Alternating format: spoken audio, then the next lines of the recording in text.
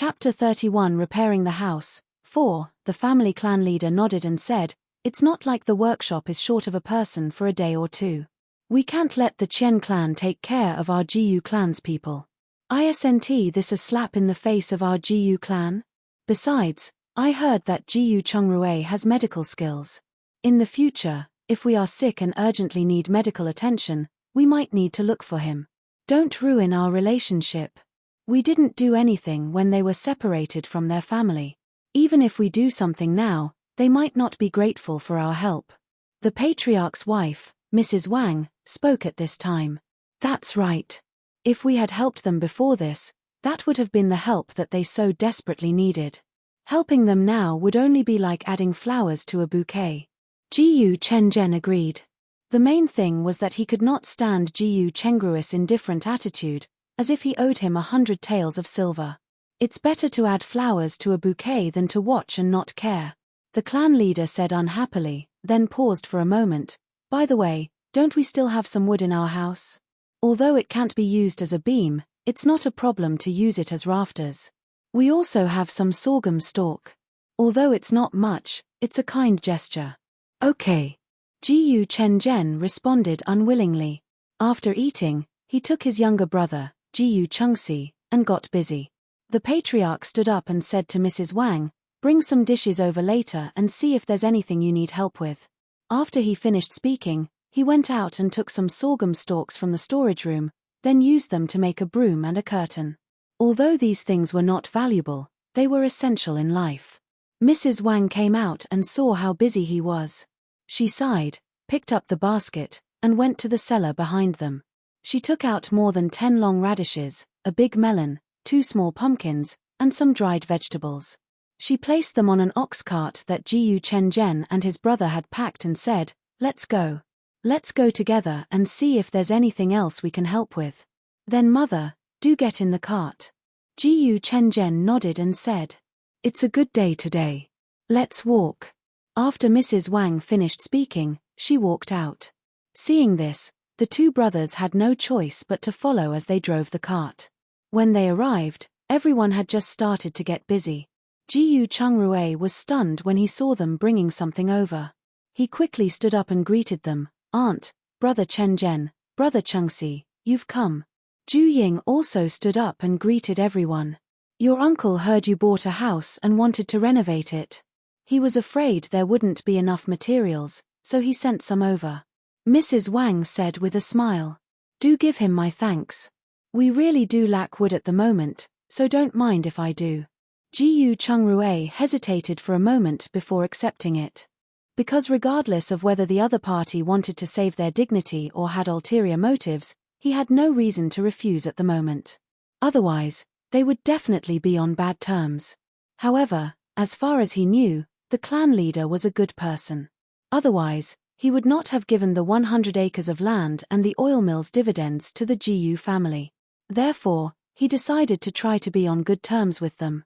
He immediately walked toward the ox cart with enthusiasm.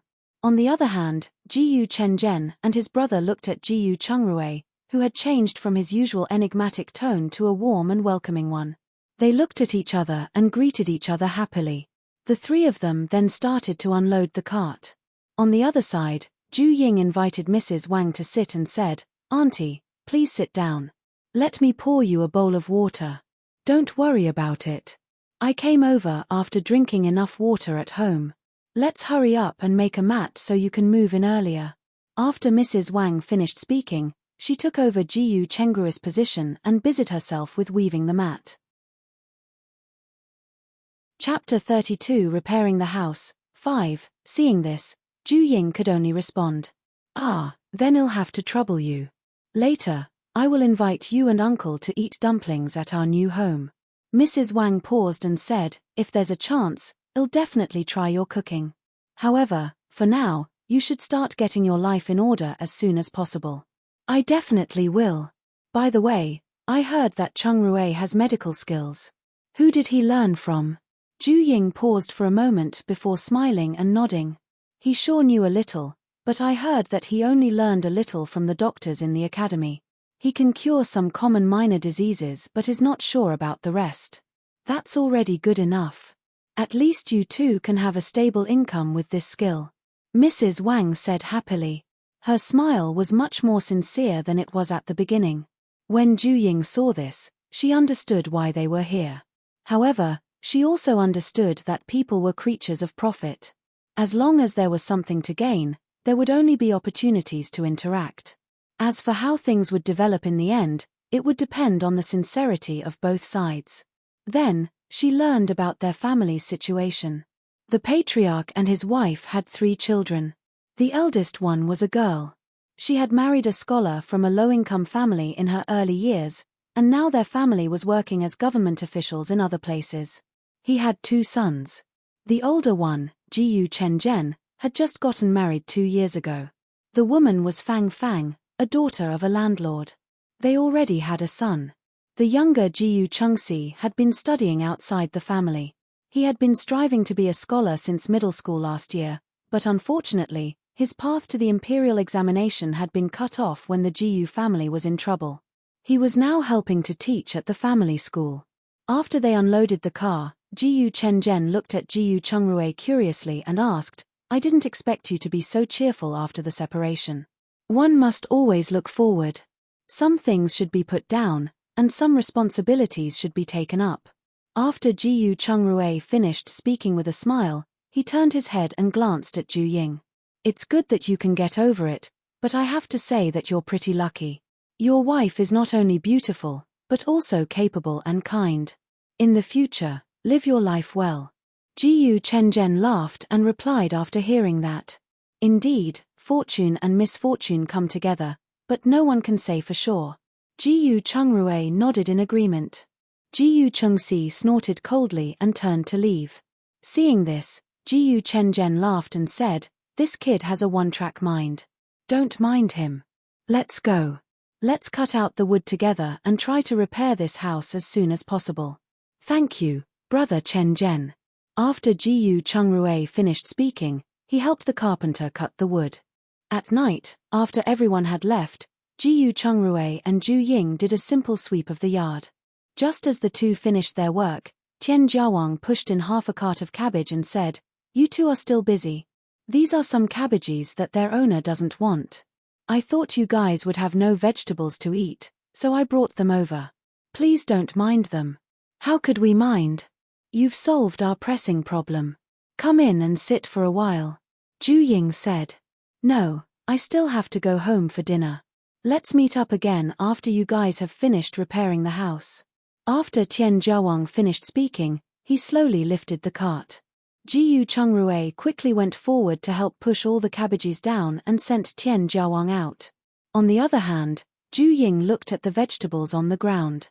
They were all small vegetables and mostly leaves. No wonder the owner didn't want them. However, she could still prepare a lot from these vegetables, saving her the trouble of shamelessly picking vegetables planted by the village chief. Then, the two took out their kitchen knives and cleaned up all the vegetables. They then put them in the kitchen, the only room covered with a roof. After that, she cooked a pot of millet porridge, heated the remaining flatbread and dishes from lunch, and had a simple meal. Chapter 33 Completion Babe. Jiyu Chengrue asked after the meal, "Are we using the heated brick bed or building a floor heater?" "Floor heating. Yes, it's the floor heating. It's too troublesome to build a wall heater, so we can build it to go underground." Ju Ying hesitated for a moment. "Well, do whatever's convenient. We won't be staying in this house for long anyway." "All right, then I'll see to it." Jiyu Chengrue nodded. After that, the two of them chatted for a while, then closed the door and entered her interspace. After they finished working, they took a shower and slept. This time, Ju Ying slept until dawn. She only woke up when Jiyu Chengrue had prepared breakfast. Then, the two of them looked at each other and smiled. It seemed that in the future, it would be better not to live in the temple. After the meal, Ju Ying took advantage of the fact that no one had come yet and went to her interspace to use the noodle press machine to press 30 pounds of noodles. She took 5 pounds of streaky pork, some mustard, and some sweet sauce. She made fried sauce noodles and a side dish of shredded radish for lunch. However, on this day, not only did Mrs. Bai come to help with the cooking, but even Mrs. Wang had rushed over early. At the front, the father and son of the clan had also brought 3 disciples from the Jiyu clan to help. Even Jiyu Chengshi came over to help weave mats. When it was almost noon, the village chief and Qian Jiala transported the tiles over. 3 days later, the house was completely renovated. Even the wall was built with some mud bricks bought from the village. That night, Ju Ying made fried sauce noodles again at everyone's request. At the same time, she braised a pig's head, 10 pig's trotters, mixed them with a pot of cabbage shreds, cooked a pot of 5 spice peanuts, and bought 10 pounds of wine. After everyone had eaten and drunk their fill, Jiyu Chengrui gave everyone their wages, and this was considered a complete end to their renovation.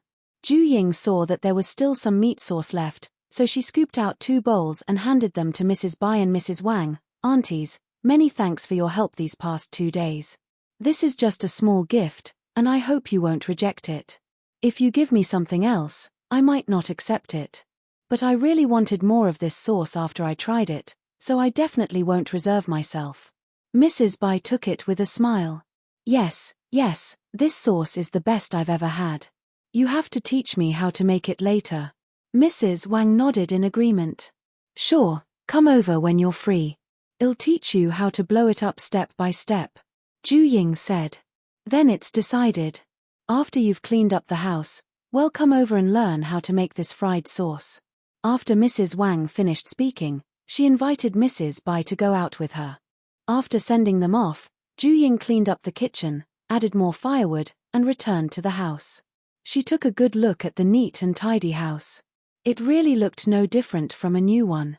It was just that the mat on the roof that was exposed outside looked very ugly. It seemed that she had better cover it. Otherwise, it would be terrifying if insects or mice fell on her while sleeping at night. Also, the construction of the floor heating was cancelled. It would be a pity to hack away the foundation made of 3-in-1 soil and bluestone. Jiyu Chengrui returned after sending off the clan leader and the rest.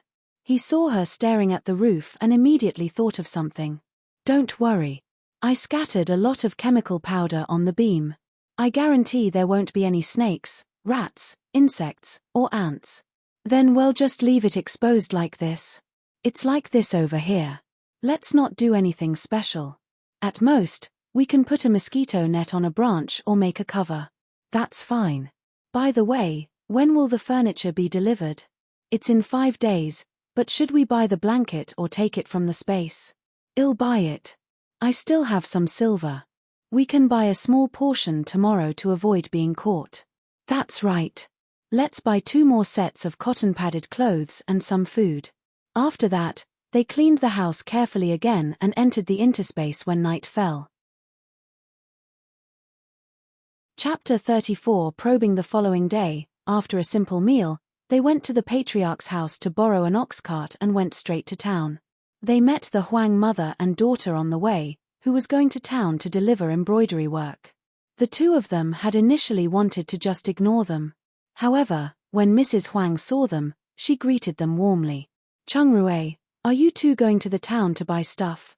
Jiyu Chengrui had no choice but to reply to them. "That's right. Aunt Huang, you are. You all know the situation at home. I am going to town to get some embroidery work to supplement the family's income." Mrs. Huang replied with an aggrieved expression. Jiyu Chengrui did not agree with what she said and complained about the Jiyu family together.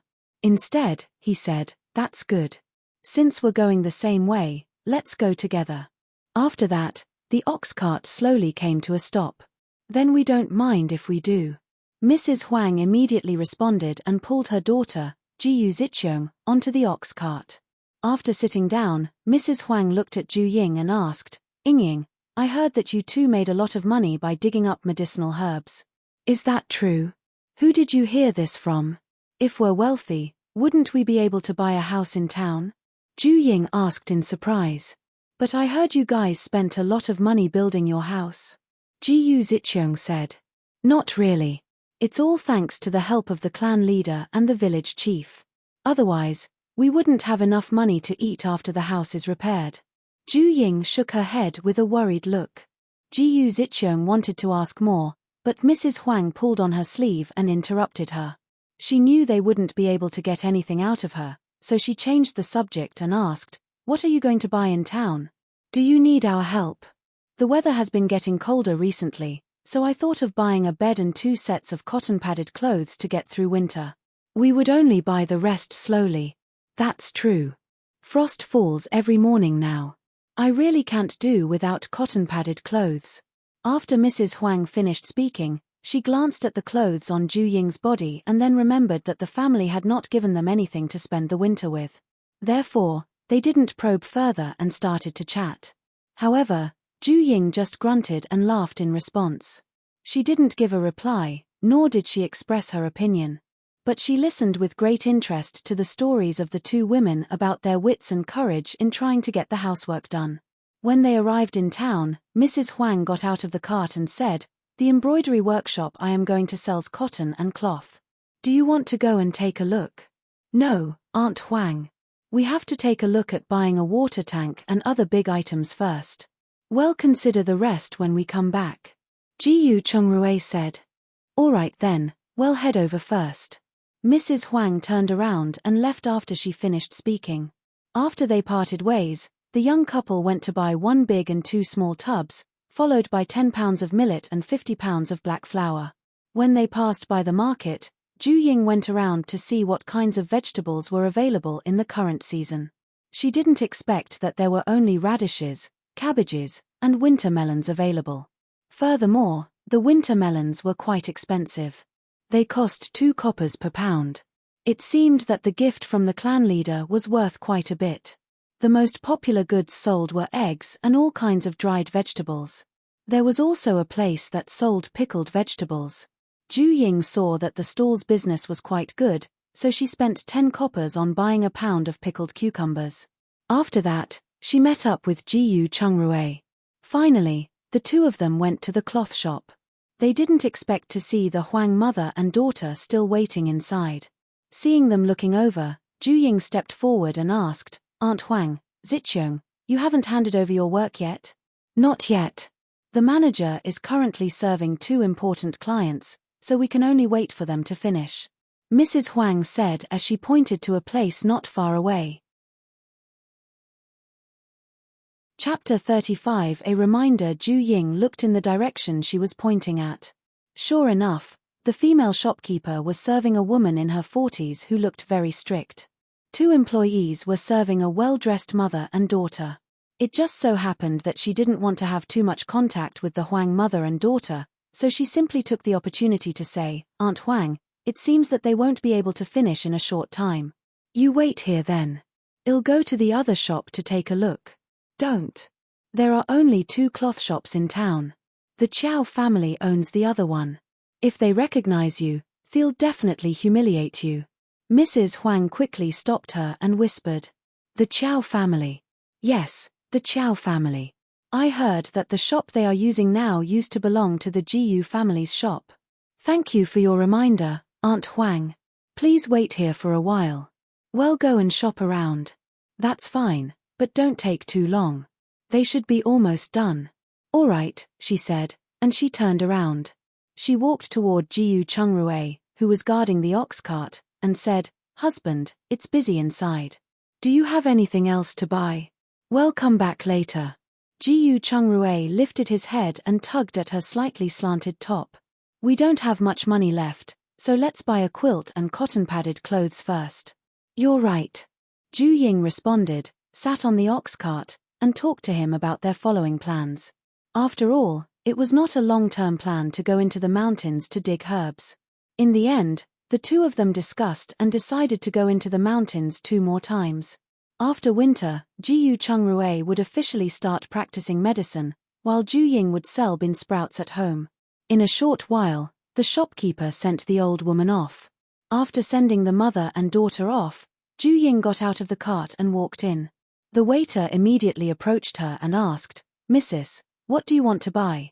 Do you have ready-made quilts and cotton-padded clothes here?" "Yes, but because of the size difference, it has to be custom-made. It's scheduled for half a month now." "What do you think, Ju Ying? In my opinion, You'd better buy cotton and cloth and go home to make it yourself. Otherwise, you'll have to wait. Mrs. Huang, who was handing over the work, said at this time. However, after she finished speaking, she remembered that Ju Ying had grown up in the kitchen. Although she was stellar in terms of cooking, she shouldn't be proficient in needlework. So, Mrs. Huang immediately shut her mouth. The employee didn't try to persuade her again but waited for Ju Ying's decision. Ju Ying hesitated momentarily and asked, "Then how much is cotton?" "Red cotton is 50 copper a pound, and high-quality white cotton is 80 copper a pound." Ju Ying was shocked. She didn't expect cotton to be so expensive. She would be rich if she planted cotton in her interspace for just a season. Then she asked, "The red cotton you're talking about is the kind that's dug out from a cotton peach?" "It's about the same, but it's not as warm and fluffy." Ju Ying hesitated for a moment before asking again, "How much for a whole piece of cotton cloth?" "A 23-foot-long white cloth is 350 copper per batch, and the one with the plaid pattern is 400 copper." "What about sackcloth?" 300 copper per batch. "Then give me 15 pounds of white cotton, a roll of coarse white cloth, and a roll of coarse cloth with checkered patterns." "Please wait a moment." After the young man finished speaking, he turned around and walked to the back. "Ju Ying, if you want to make 2 quilts and 2 cotton-padded clothes, I'm afraid 15 pounds of cotton is not enough." Mrs. Huang reminded her at this time.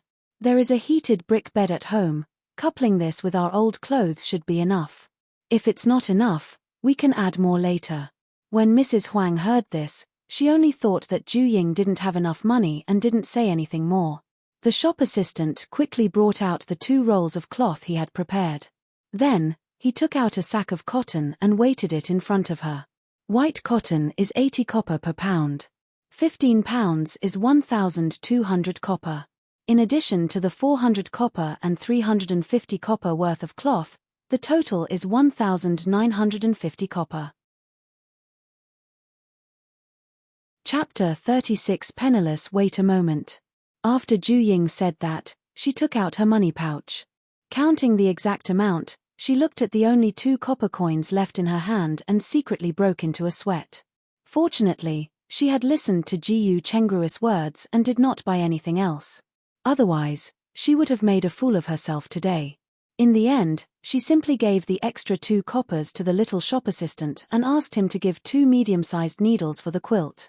When she was done buying here, Mrs. Huang was almost done too. Finally, the mother and daughter each helped her carry a piece of cloth out while she took the sack of cotton. After putting the things in the cart, Jiyu Chungrue looked at the Huang mother and daughter and asked, "Aunt Huang, do you want to go back together or? You guys go on ahead. We have to buy something else." Mrs. Huang waved her hand and said. They were ordered to buy meat today, so it was inconvenient to be with them. "All right, then we'll take our leave first." Jiyu Chungrue didn't think much about it. After speaking, he drove the ox cart back with Ju Ying. After returning home, Ju Ying put the cloth and cotton into the house and then moved the rest of the stuff to the kitchen with Jiyu Chungrue. Then, she took out the 3 water tubs, only using the largest one to store water. She planned to store food in the remaining 2 small tubs, otherwise, their food would easily attract rats. After she was done, Ju Ying turned her head and said, "By the way, Rui, I have to tell you that we are penniless again." "I got it, so we have to go into the mountains 2 more times. At least it will ensure that we have food and clothing this winter. You can go make the quilt.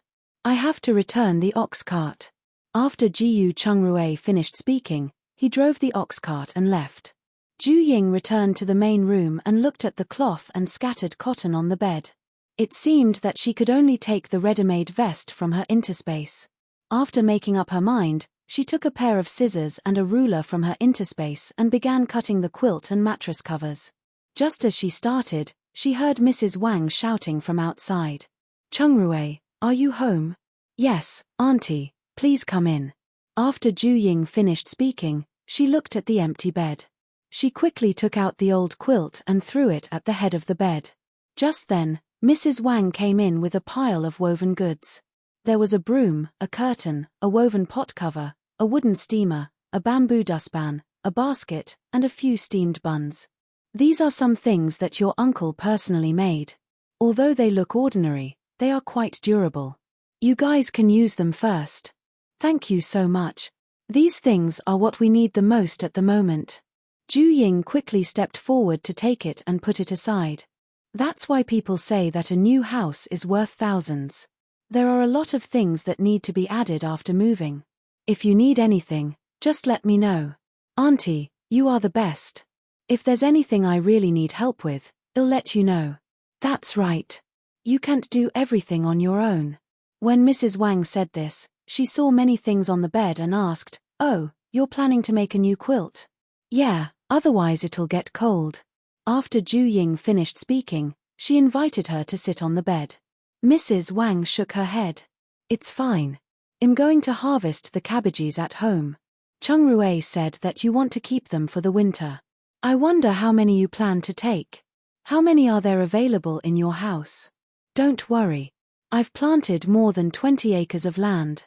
It's definitely enough for your family. Then I'll take 300 pounds. I'll also buy some radishes, dried vegetables, and the like to go with it." Ju Ying continued, "But I'm afraid you'll have to wait a few more days for this money." Chapter 37. Going up the mountain again. You're being too polite. Just give it whenever you have it. Mrs. Wang waved her hand. "By the way, Chung Rui has driven the ox cart to the field to help with the cabbage harvesting," she said. "He won't be back for lunch and dinner. You should come over later so you don't have to cook alone." "Thank you for the offer, but I can't. I have to make the quilt as soon as possible. Otherwise, I won't be able to use it in time." Ju Ying hesitated for a moment but still refused. "That's true. Then, I'll leave you to your work." After Mrs. Wang finished speaking, she turned around and walked out. After Ju Ying sent her away, she immediately closed the door and returned to the house to get busy. After cutting the cloth, she took it to her interspace and used the sewing machine to make 2 5'7" quilts and 2 bedding covers. After it was done, she washed it in the washing machine, soaked it in an odorless softener for 15 minutes, and finally dried it on the side. Then, she went to the warehouse and found 2 cotton quilt covers that weighed 5 pounds each and were 5'7" long, a mattress cover, and cut it into 2. Finally, she found 2 silk cotton quilts 6'7" long and stacked them together. She planned to use them as a cover for the brick bed. After she prepped all of them, she hung them to dry on the villa's roof in the interspace. As for the pillows, they had 2 already made from sorghum stalk. She just made 2 pillow covers with the coarse cloth. After she was done, she immediately left the interspace. Seeing it was getting late, she immediately took out a bag of frozen dumplings with a vegetarian filling from her interspace and cooked them. After resting for a while, she began to make cotton-padded clothes, but she couldn't make it to work no matter what. She had to find 2 sets of fitting clothes in her interspace and try to patch them to look like she had made them. However, even after Chung Rui returned at night with the cabbage, she only made her cotton-padded jacket. Fortunately, they had a bed for the night, and the 2 of them were finally considered to have completely settled down. Over the next 2 days, Chung Rui went to the patriarch's house to help with the collection of cabbages, while Ju Ying continued to make the 2 sets of cotton-padded clothes. At the same time, she also made 2 sheepskin waistcoats by hand, chopped the various kinds of wood left over when the roof was repaired into firewood and piled them under the wall. The village chief's family also took the opportunity to collect all the cabbages in their backyard. When everything was ready, the 2 of them went up the mountain for 5 days in a row. While digging for medicinal herbs, they also collected more firewood. Suddenly, the pile of firewood in their house was almost enough for them to burn through the winter. Of course, they had also collected a lot of medicinal herbs, but nothing was precious. Thus, they could only dig out 2 50-year-old Chinese knotweeds from the interspace. At the same time, they called back the dog that they had fed previously. After Chung Rui checked and cleaned it, it was officially a pet at their home. After breakfast, Chung Rui asked, "Babe, you're really not going to town? Aren't you with Mr. Tian? I won't go over to join in the fun. Remember to buy 5 pounds of green beans, 5 pounds of soybeans, and 2 small water tubs when you come back." "All right then. Then you should rest at home for half a day. Don't go up the mountain again. After Jiyu Chungrui finished speaking, he took the 2 bags of medicinal herbs and walked out. Seeing this, Ju Ying picked up the small bag containing the Chinese knotweed and followed. After sending the 2 off, she was about to turn around and go home. Suddenly, someone behind her said, "You're the Jiyu family's wife, right?" This sudden question startled Ju Ying. When she turned her head, she saw a woman with a tired face. She was looking at her with a smile worse than someone crying. "Yes, Ju Ying. Are you Mr. Tian's sister?" She laughed dryly. "Yeah, you've moved in for a few days, but we haven't had a chance to talk. Come and visit when you're free." Sister Tian nodded. Chapter 38 Treating Guest I Will. When Ju Ying said this, she looked at the basin of clothes in her hand and asked, "Sister Tian, did you just wash your clothes?" "Yes, there are 2 children at home. Their clothes are getting dirty very quickly." As she walked in, she asked, "Do you want to come in for a seat?" "Maybe another day. We've been going up the mountain for a few days, so I have to clean up the house and wash my clothes." "Sure, come over when you're free." After she finished speaking, Sister Tian walked straight home. Ju Ying also returned home.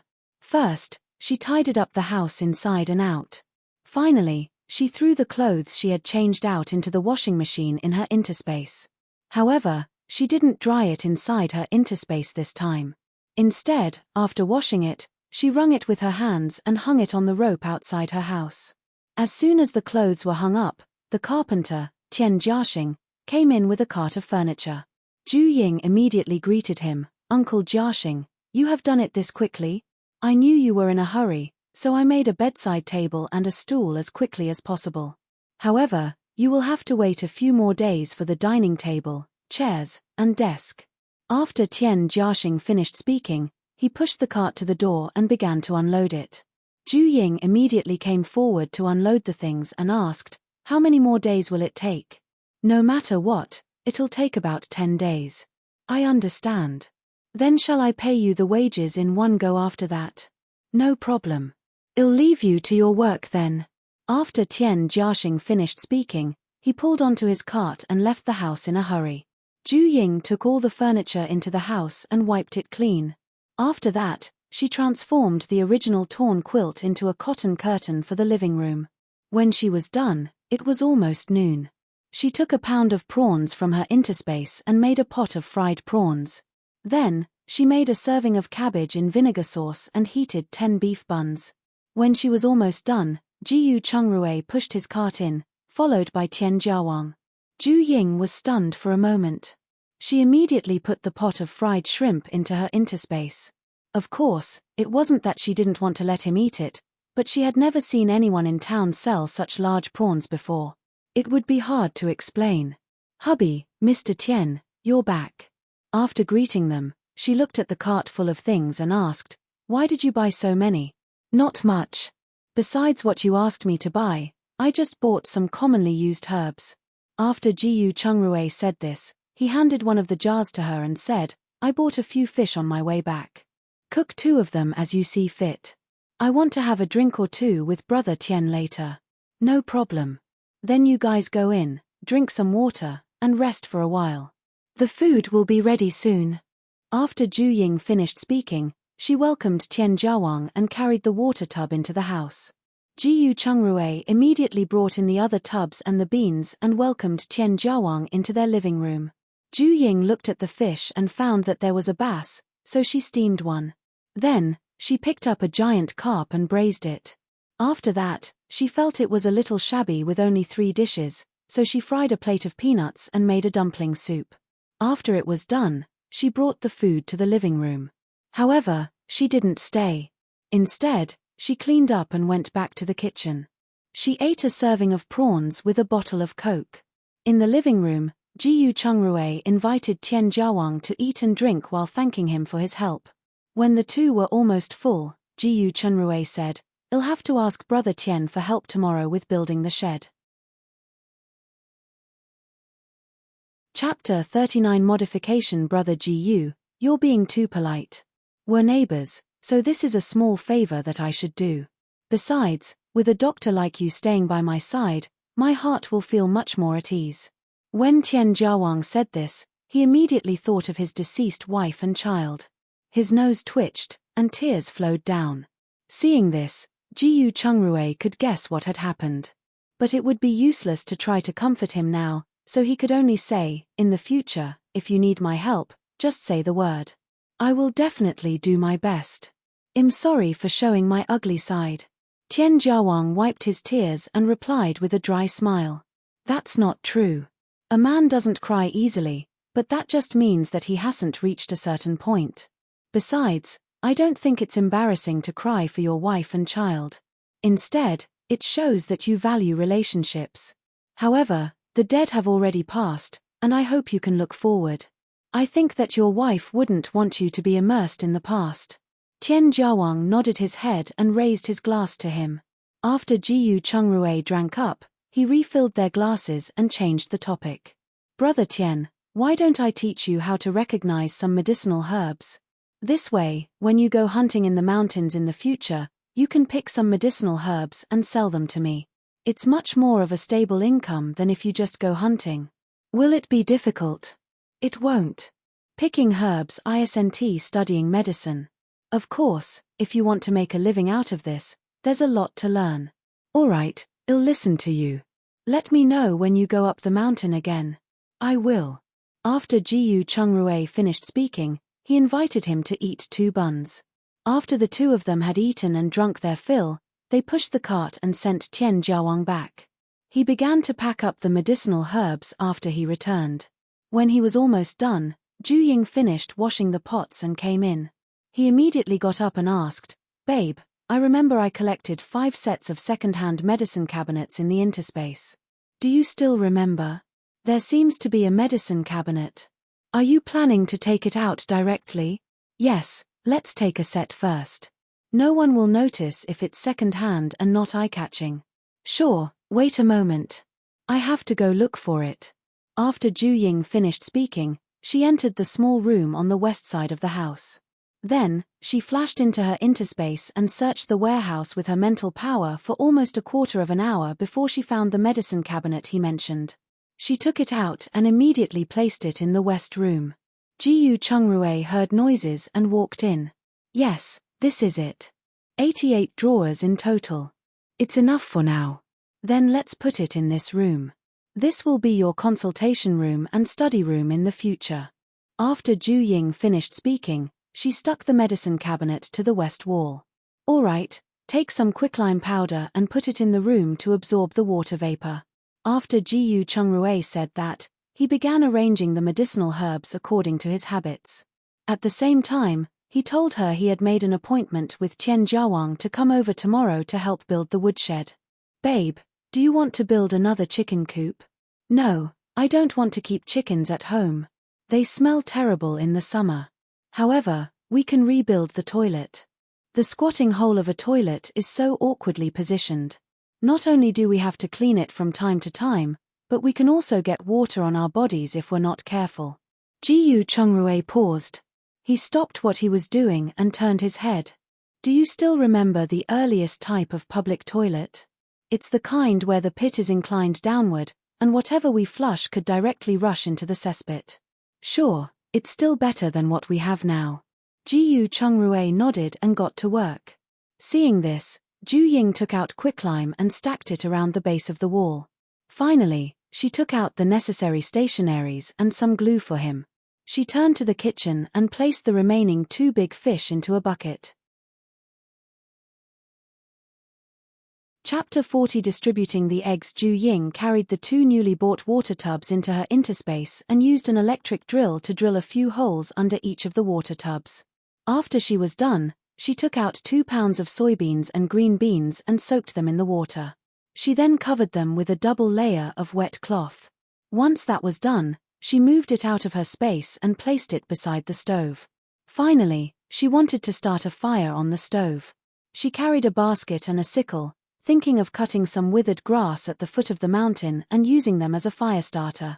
Unexpectedly, when she reached the foot of the mountain, she faintly heard a familiar sound of suppressed crying. Ju Ying was stunned for a moment and looked for the source of the sound. Then, she saw Jiyu Chengxi sitting behind a stone, holding his head and crying pitifully. Ju Ying hesitated for a moment, but she still walked over and patted him on the shoulder. Chengxi, what's wrong? Why are you crying? Jiyu Chengxi stiffened for a moment and turned his head with a smile. Third sister-in-law, it's you. Have you been bullied at home? No, Jiyu Chengxi stammered.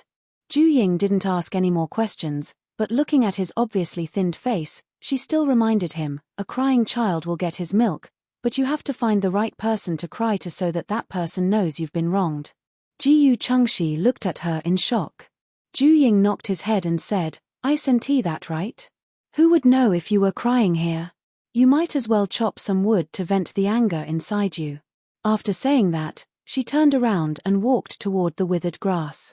Jiyu Chengxi raised his head and looked at her back thoughtfully. However, as children of a concubine, they were born half-servants. Weren't they the same in the past? So what if it was tough and tiring? No one would feel bad for them. No, he still had his mother. But he quickly shook his head. His mother's life was even more difficult than his. What about his father and matriarch? It appears he needed to find someone to complain to and think of a way. Otherwise, with his small body, he would collapse from exhaustion sooner or later. Ju Ying didn't know what he was thinking, but she started cutting the grass seriously. However, she found a nest with more than 10 wild eggs before she could harvest enough. She thought of Jiyu Chengxi's small and thin face. She turned around and waved at him. Chengxi, come here. Jiyu Chengxi was startled when he heard her calling him, but he still ran over and asked, Third sister-in-law, what's wrong? Ju Ying pointed to the nest of wild eggs and said, Since we're both here, we'll split these in half. Each person gets 5. You're really giving it to me? Jiyu Chengxi's eyes lit up. Although he could eat his fill under the protection of his mother, he was really short on protein. There was no share for him of the eggs at home, so he was starving. Moreover, there was still his mother, who was eating worse than him, so he needed these eggs. Of course, why else would I call you over? But whether you can eat it or not depends on your ability. After Ju Ying finished speaking, she picked out 5 big ones for him. Jiyu Chengxi calmed down after he took it from her. He was afraid that if he brought it to those people back home, he and his mother would not have a share. Third sister-in-law, can I cook it in your house before bringing it back? She asked Ju Ying. Sure, come back to get it when you go back tonight.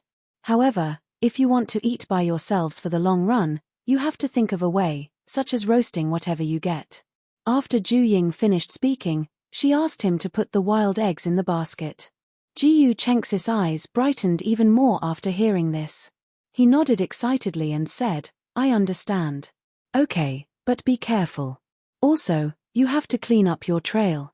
After Ju Ying finished speaking, she continued to cut the withered grass while Jiyu Chengxi turned around and happily went to gather firewood. Chapter 41 Repaying the kindness. A moment later, Ju Ying finished harvesting a basket full of grass and went home. The sky had just turned dark, so she went straight to the kitchen, boiled the eggs, and left them to cool aside. Then, she made dinner. She made millet porridge, steamed black bread, and shredded pork meat stir-fried with wild eggs. When she was almost done with her work, Jiyu Chengxi quietly walked in and sniffed. Third sister-in-law, your cooking is still the best. Then stay and eat with us before we go back. If there's a chance in the future. I have to head back now, or else there won't be any food for me if I am late. Alright, be careful on your way back. After Ju Ying finished speaking, she took out 5 wild chicken eggs and handed them to him together with a steamed bun. You've been working hard the whole afternoon. Have this to line your stomach. Thank you, third sister-in-law.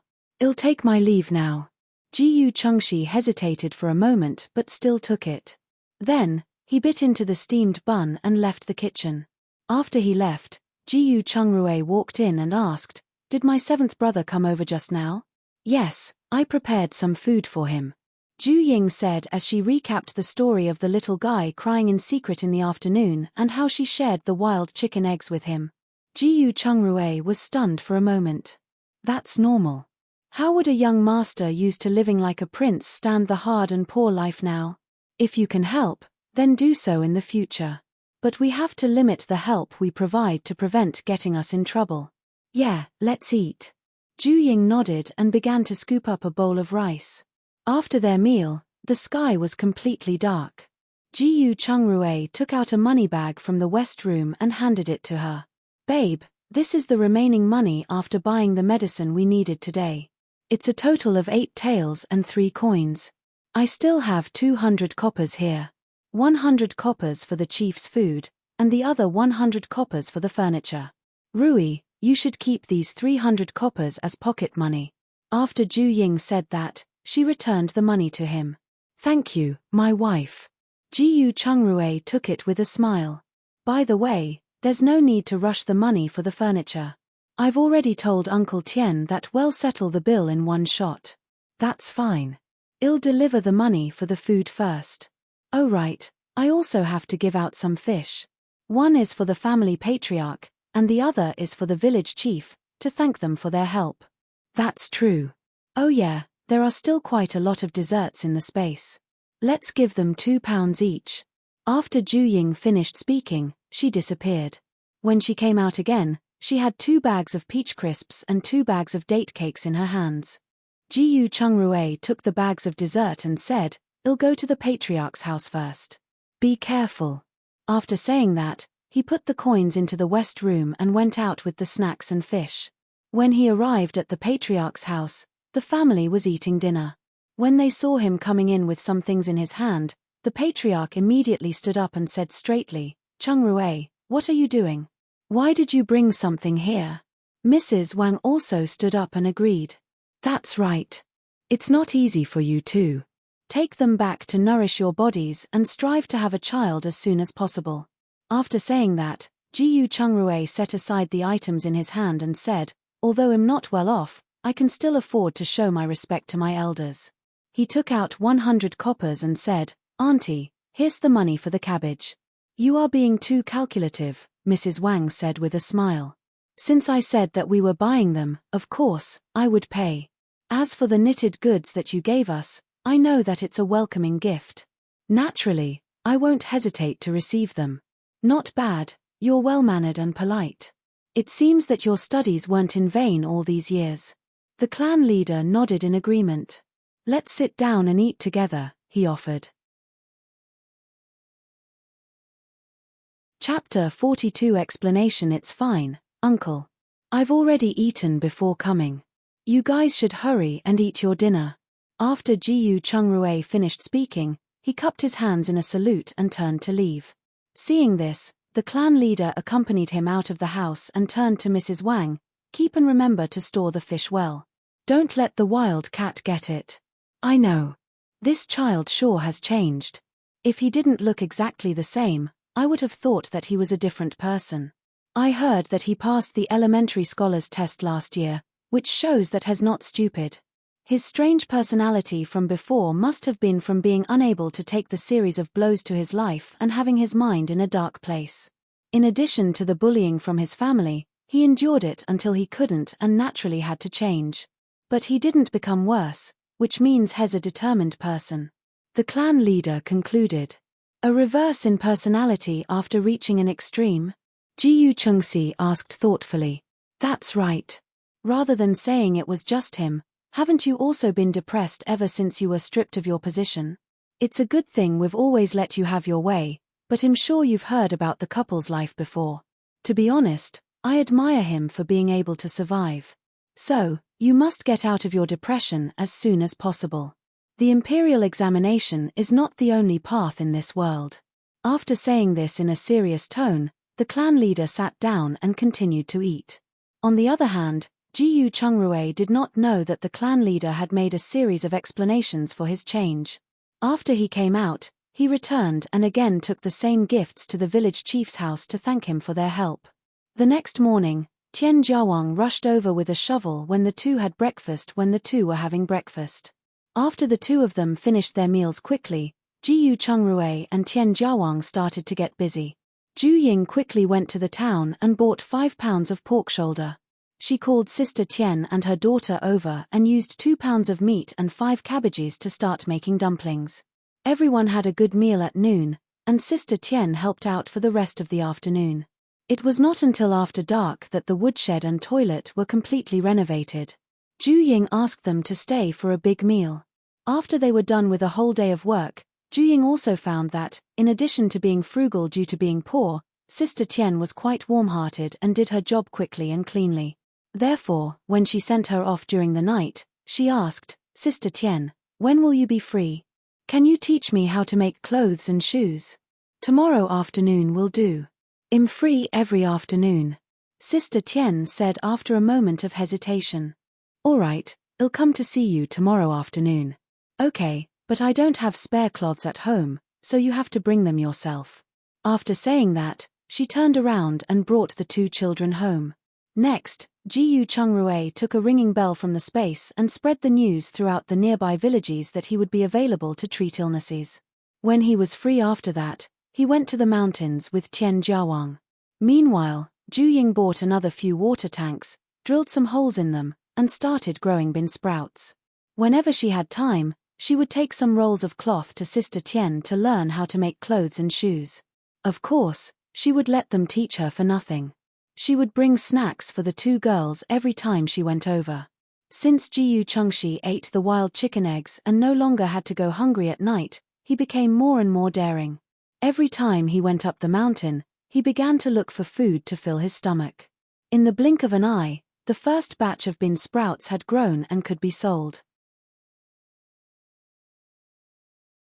Chapter 43. Promoting bean sprouts. After breakfast, Jiyu Chungrui borrowed Tian Jiawang's cart and pushed the 2 pots of bean sprouts to town.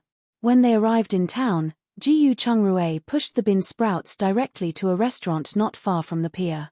Ju Ying looked at the red building not far from the restaurant and looked at Jiyu Chungrui in surprise. "Are you sure you want to sell it to Hongyun restaurant?" "Yes, when I went to town with you to sell the wild game, I had already inquired about it.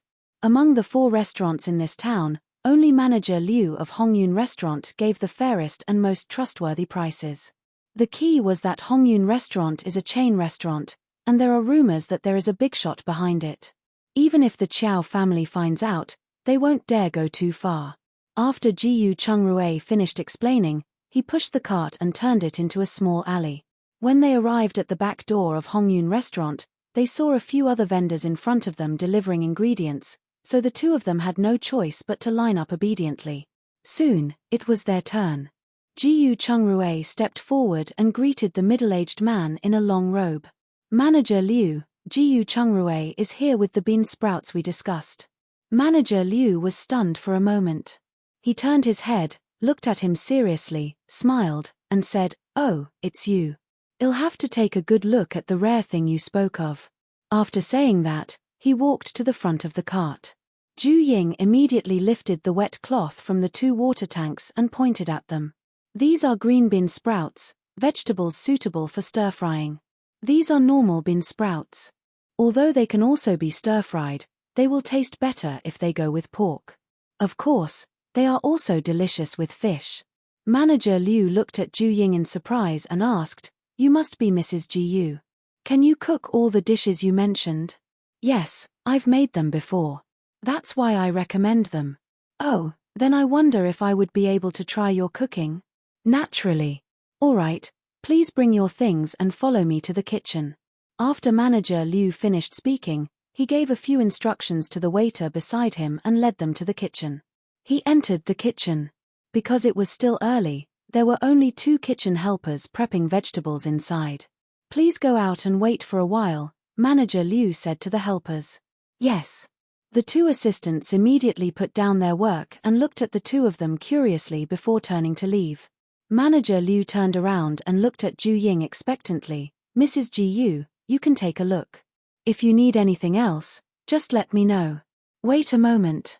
Ju Ying walked around the kitchen and found that the cooking skills of this era had developed well. At least the commonly used spices were complete. It was a pity that she was missing the main ingredient she would use today. The original her had it in her memory too. She turned to look at Manager Liu and asked, "Manager Liu, do you have chili?" It's as long as a finger, red in color, and tastes spicy. Manager Liu was stunned for a moment before he said, "You're talking about peppers, right? That thing is usually used in colder places, so we don't eat much of it here."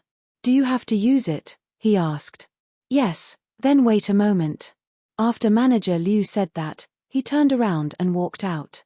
A moment later, he returned with a handful of chili and handed it to her. "Is this enough?" "It's sufficient." After Ju Ying took it, she hesitated momentarily and said, "If you've never eaten chili before, please wait outside. You'll choke when I'm cooking. Please do as you please." Manager Liu turned around and left after that. Jiyu Chungrui knew her plan, so when Manager Liu went out, he immediately picked up a carp and began to gut it. Ju Ying prepared the bean sprouts she needed and then diced some meat for later use. Chapter 44 Taste Test. Ju Ying prepared all the ingredients she needed but couldn't find any numbing pepper, so she could only grab some more peppercorns for later use.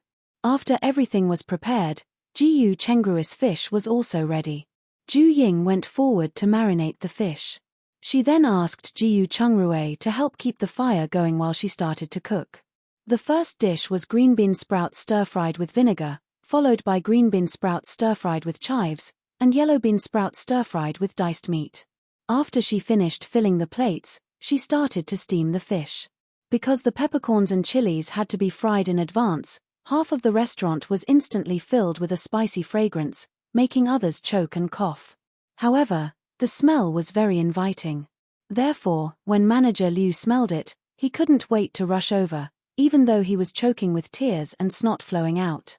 Naturally, Ju Ying and Jiyu Chungrui were choking on the spicy air.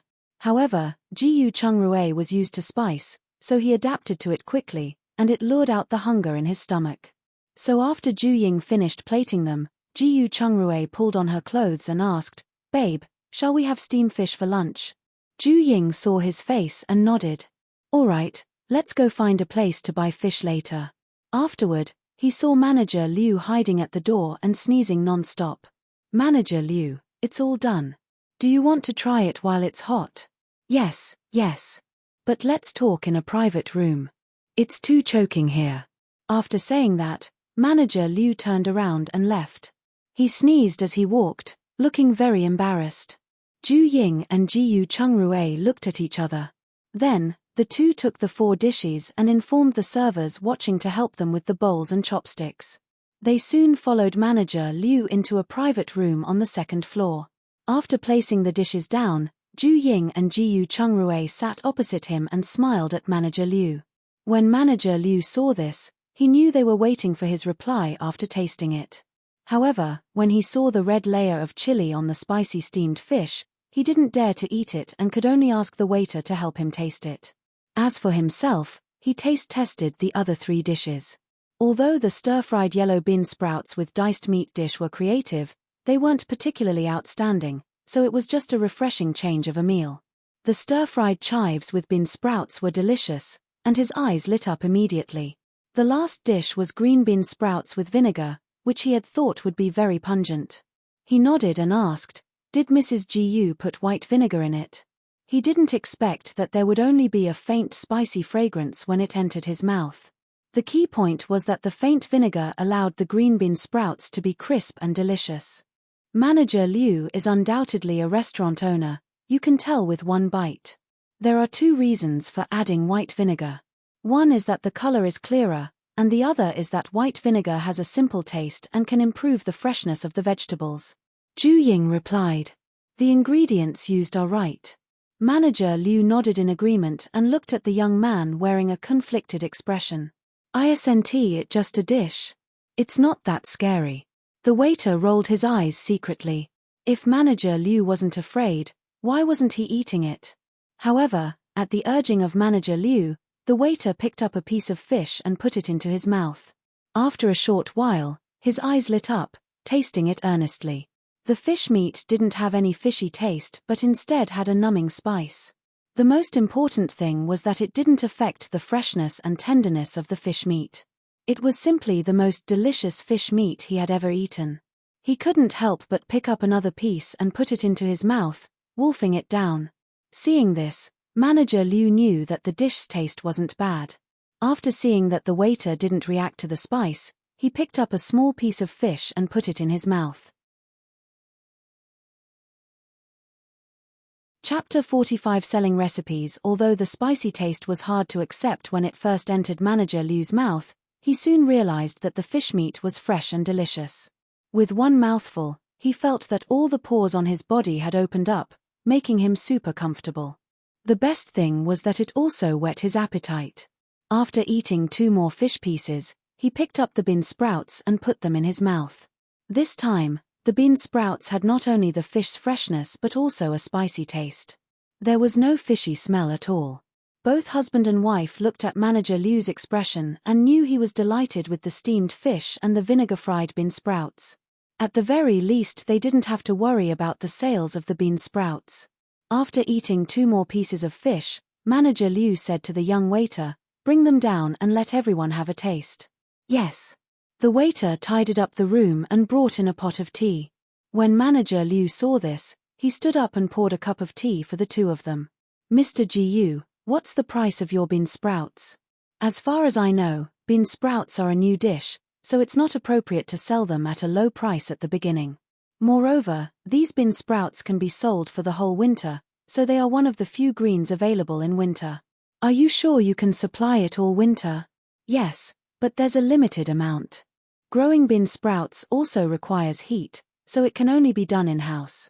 Manager Liu pondered for a moment and offered, "How about 5 coppers per pound?" 8 coppers. Jiyu Chungrue raised his hand and countered. 8 coppers it is, but you can only supply Hongyun restaurant. Sure, but it's not difficult to grow these bean sprouts, so other people will likely catch on to them very quickly. We'll rediscuss the price then. I understand. Half a month. Half a month is enough. How about we change the price then? Alright, it's a deal then. Let's go over and weigh them. Jiyu Chungrue stood up and said. Wait, can I have the recipes for the 4 dishes? Manager Liu pointed at himself and looked at Ju Ying hesitantly. Although he didn't like to eat heavy meals, many people had rich tastes, especially in the winter. He believed that once the spicy steamed fish was launched, it would definitely sell very well. Oh, then I wonder how much is Manager Liu willing to pay? Ju Ying asked curiously. To be honest, she didn't plan to sell the recipe before. After all, she didn't think the recipe was a secret, otherwise, she wouldn't have gone up the mountain to dig for medicinal herbs. However, since the business was being offered to her, she wasn't stupid enough to reject it. 100 taels for 4 dishes. Manager Liu hesitated for a moment before offering. Deal. Please prepare a piece of paper to write it down. Then, find a chef you can trust. I'll teach him step by step later. Ju Ying replied readily. After all, the dishes contained no technicalities other than the steamed fish. Wait a moment.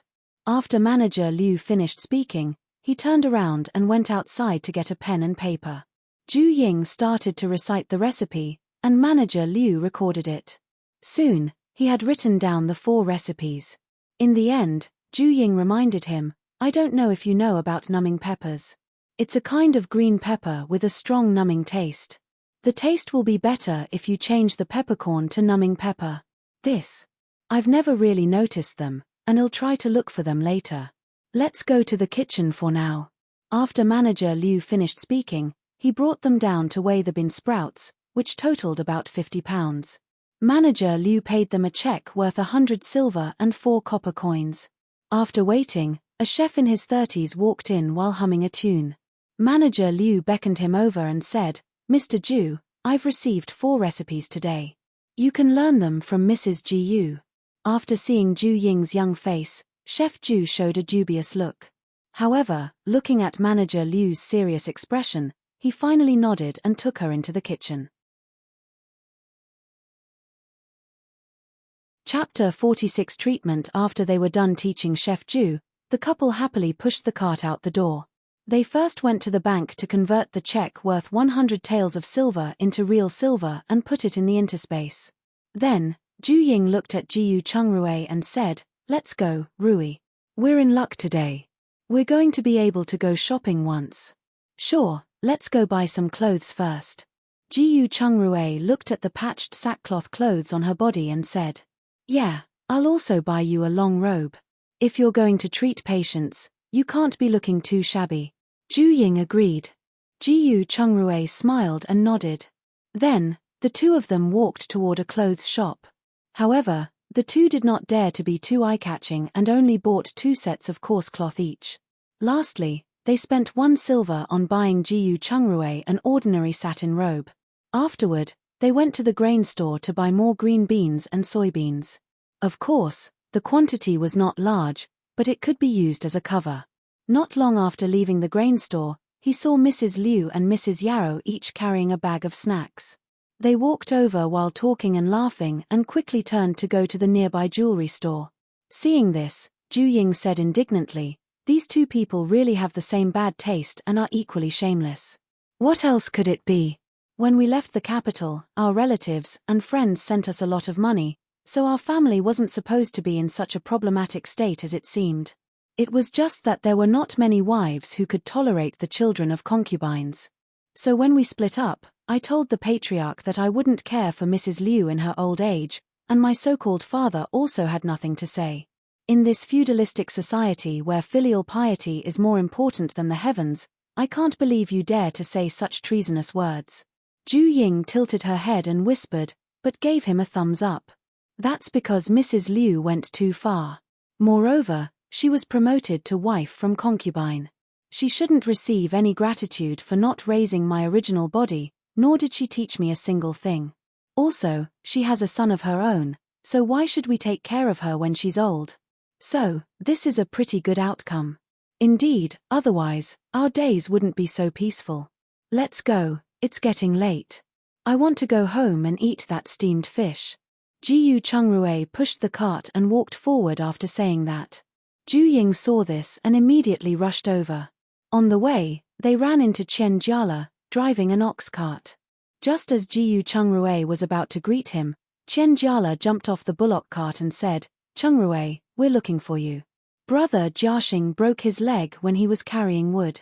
If you think you can treat it, let's go.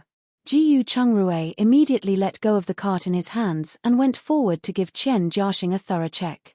He's fine. It's just a fracture in his calf bone.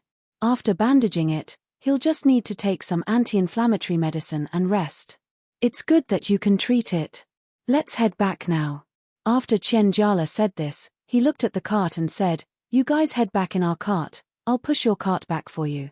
Then don't mind if we do. Ju Ying can help me when she goes back. Jiyu Chungrui immediately turned the ox cart around and let Ju Ying sit in it, and they immediately rushed to the village.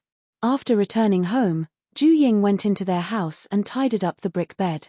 After Jiyu Chungrui carried Chen Jiaxing to the brick bed, the two entered the west room. Then, Jiyu Chungrui requested Ju Ying to bring out some anesthetic, many bandages, and 2 splints. Afterward, Ju Ying went to the kitchen to get some hot water and handed it to Jiyu Chungrui. Then, she stuffed a clean bandage into Chen Jiaxing's mouth to prevent him from biting his tongue due to the pain.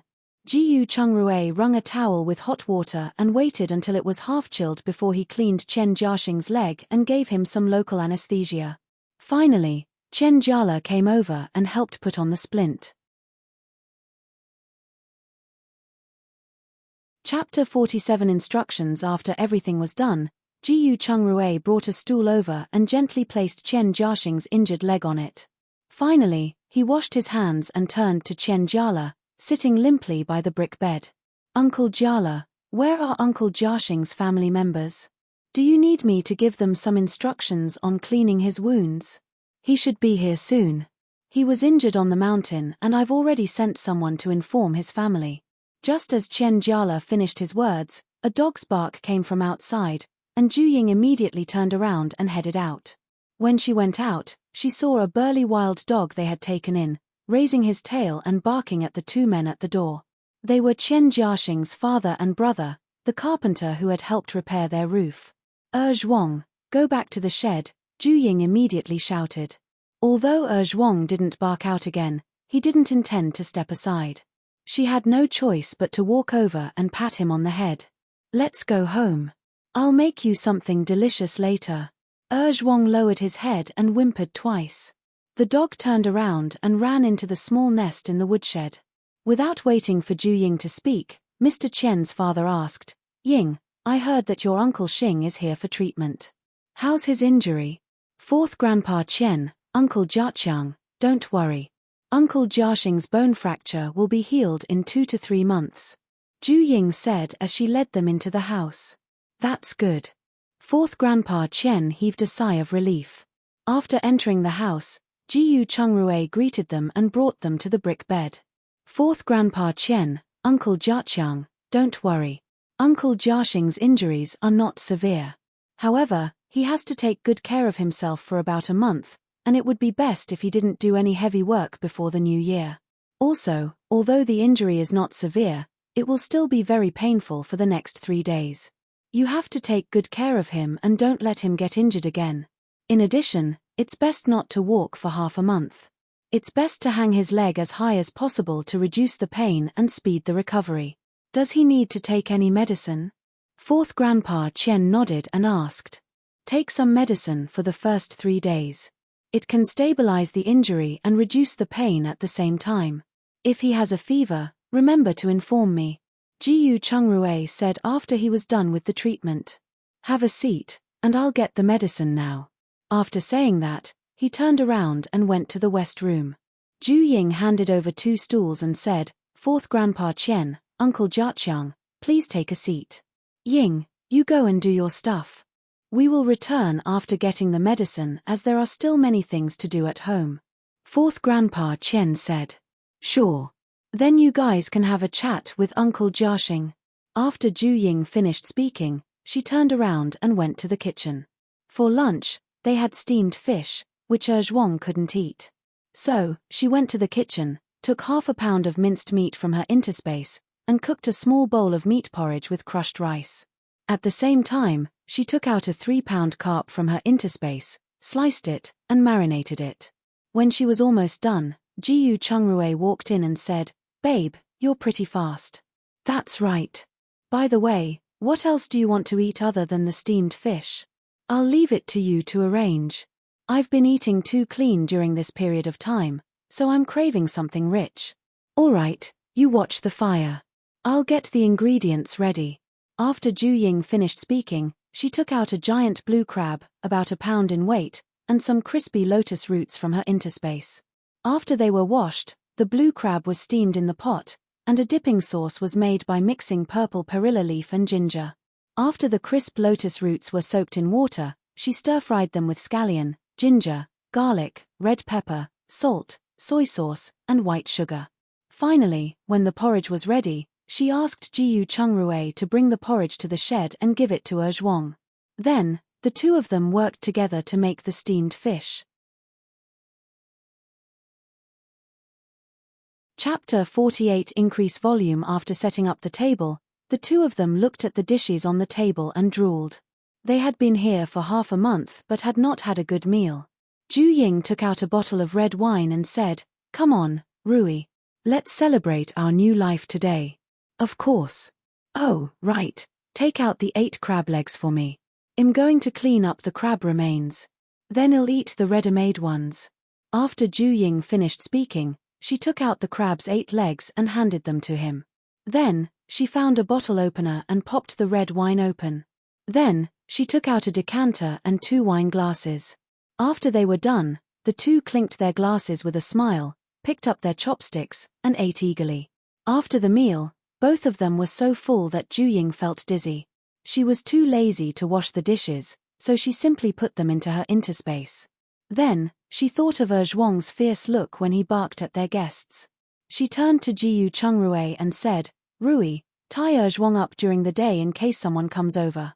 Don't let him bite someone. This is indeed a problem. Later, I'll wedge a stake in the woodshed and let him guard the woodshed during the day.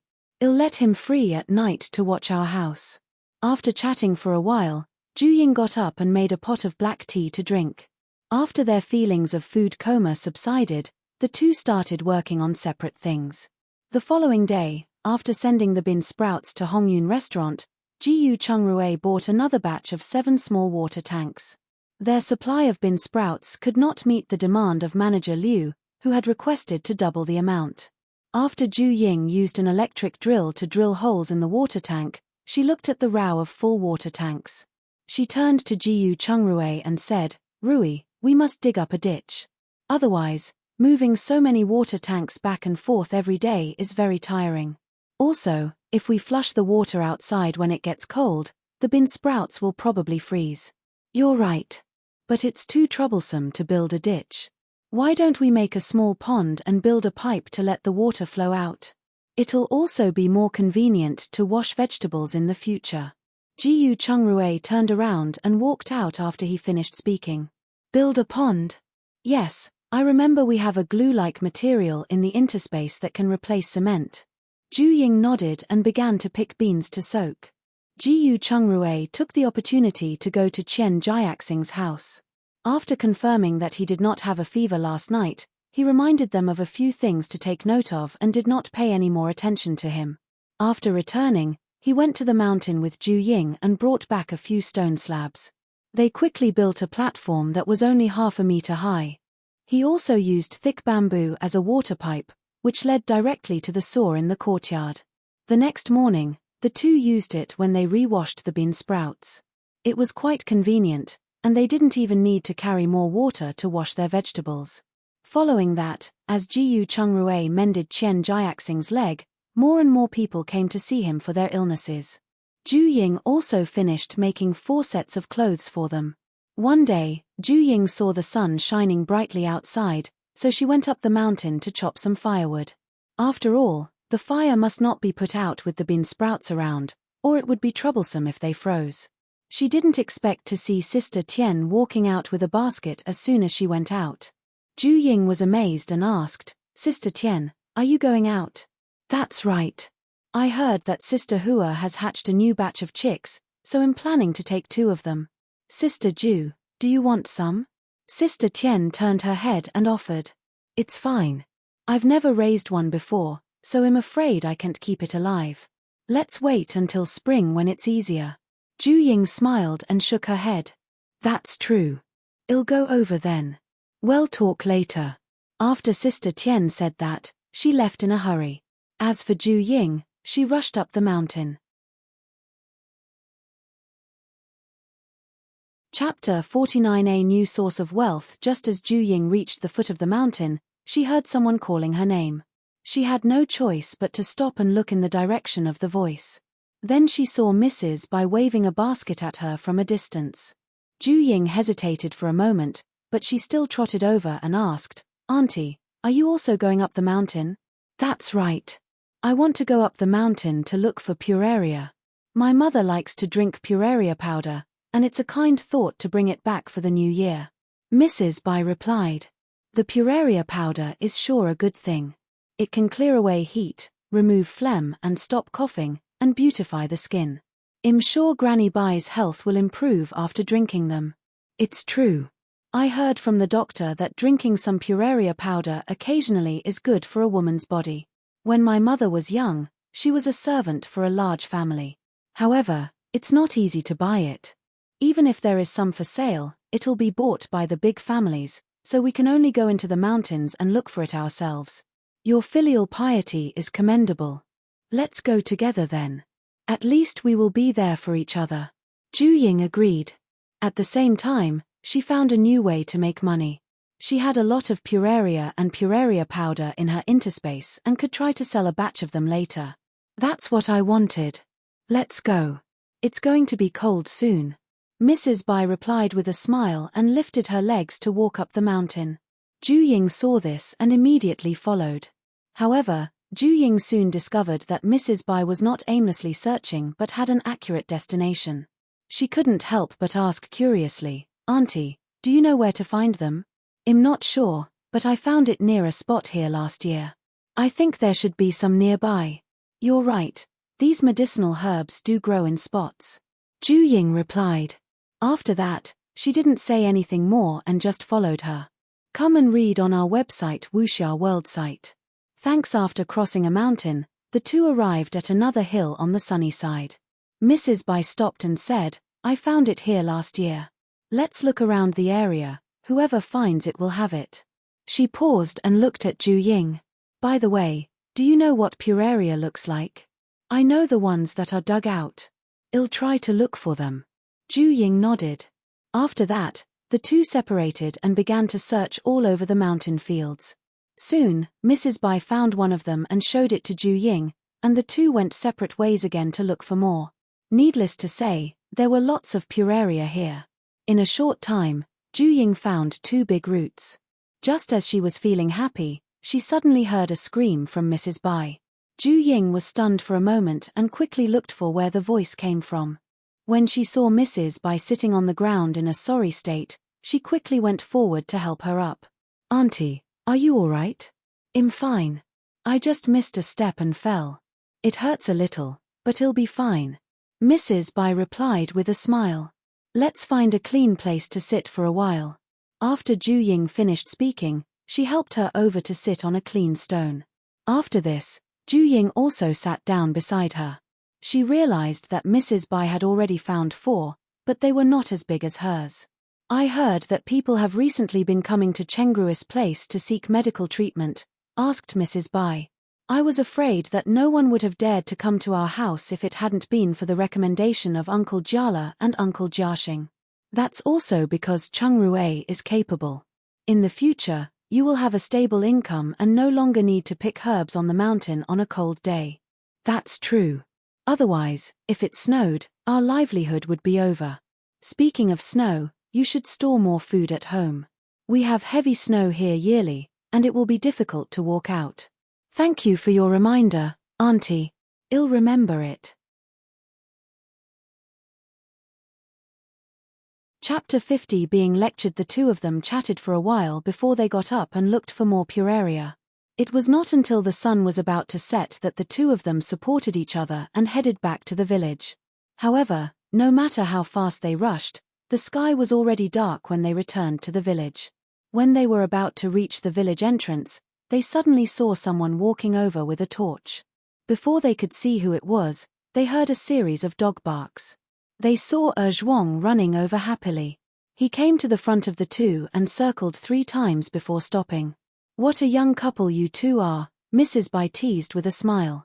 It seems that Chengru has come to pick you up. Auntie, you only know how to tease me. Ju Ying pouted.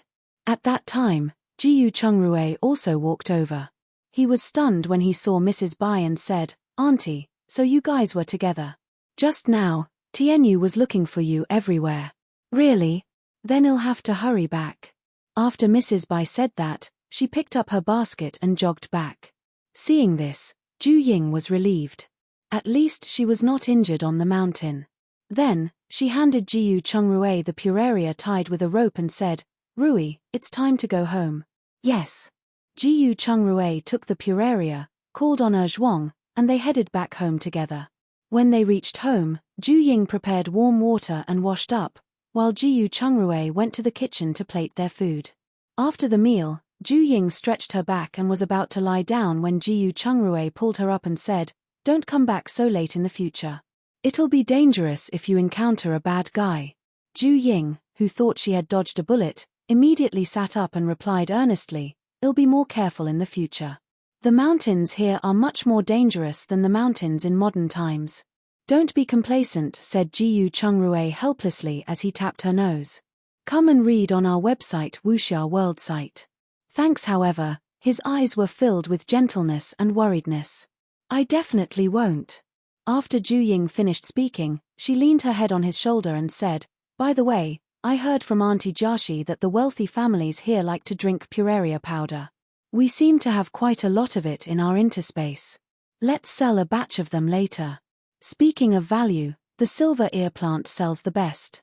The last time I went to Dr. Luo's place to sell medicine, I saw him sell 2 for 1 tael of silver.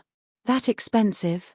Yes, the growing environment of the silver ear is relatively harsh. The main point is that there is no artificial cultivation here, so that's why it's expensive. Unfortunately, our city does not produce silver ears. It seems that the interspace is a treasure mountain.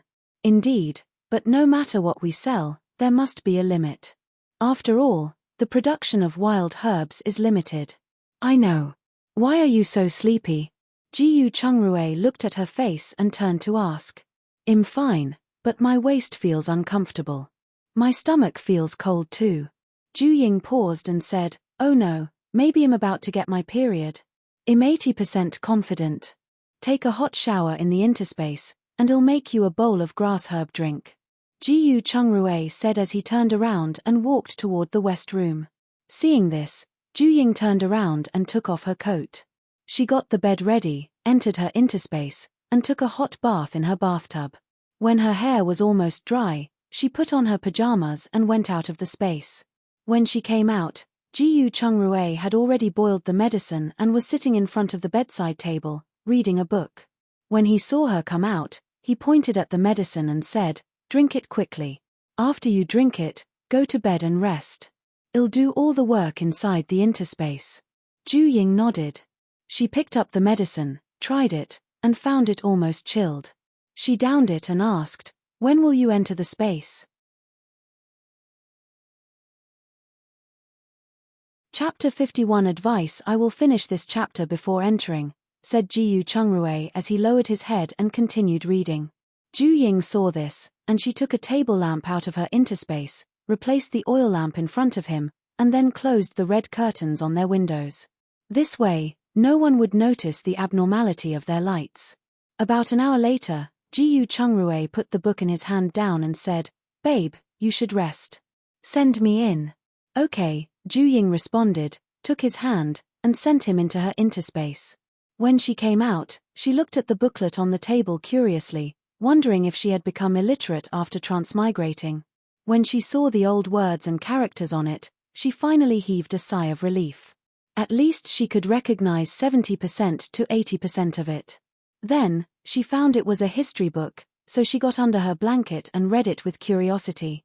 However, she quickly realized that it was not a proper history book but a brief history snippet written by a person.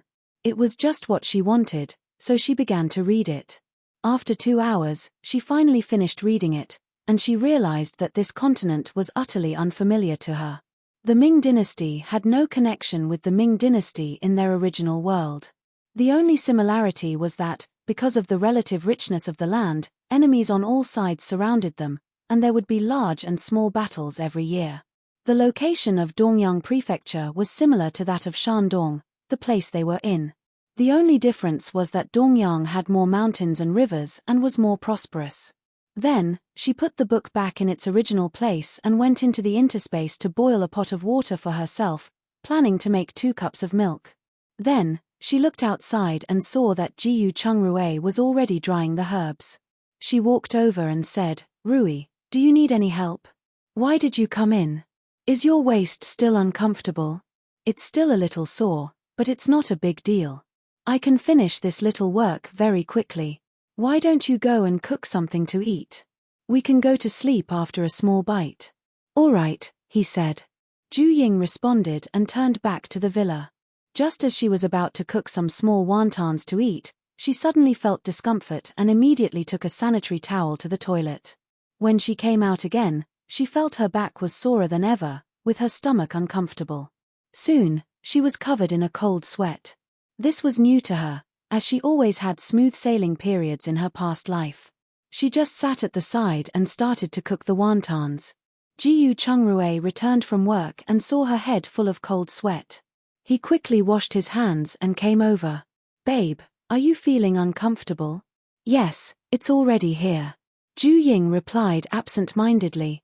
Give me your hand. After Jiyu Chungrui finished speaking, he grabbed her left hand, took her pulse, and checked her right hand as well. Finally, he wiped her sweat and said, your body is still young, and your period is unstable. In addition, you still have a slight cold, so that is why you feel so uncomfortable. You'll feel better next month if you take a few more doses of cold medicine. But you're not allowed to eat ice cream because it's cold, and try not to eat oily and spicy food. Ah, what? If you don't listen, you'll suffer the next time you have your period. Ju Ying immediately shut her mouth after hearing that. After all, she didn't want to experience the feeling she had now again. Afterward, Ju Ying drank a cup of milk, and Jiyu Chungrui ate a bowl of wonton.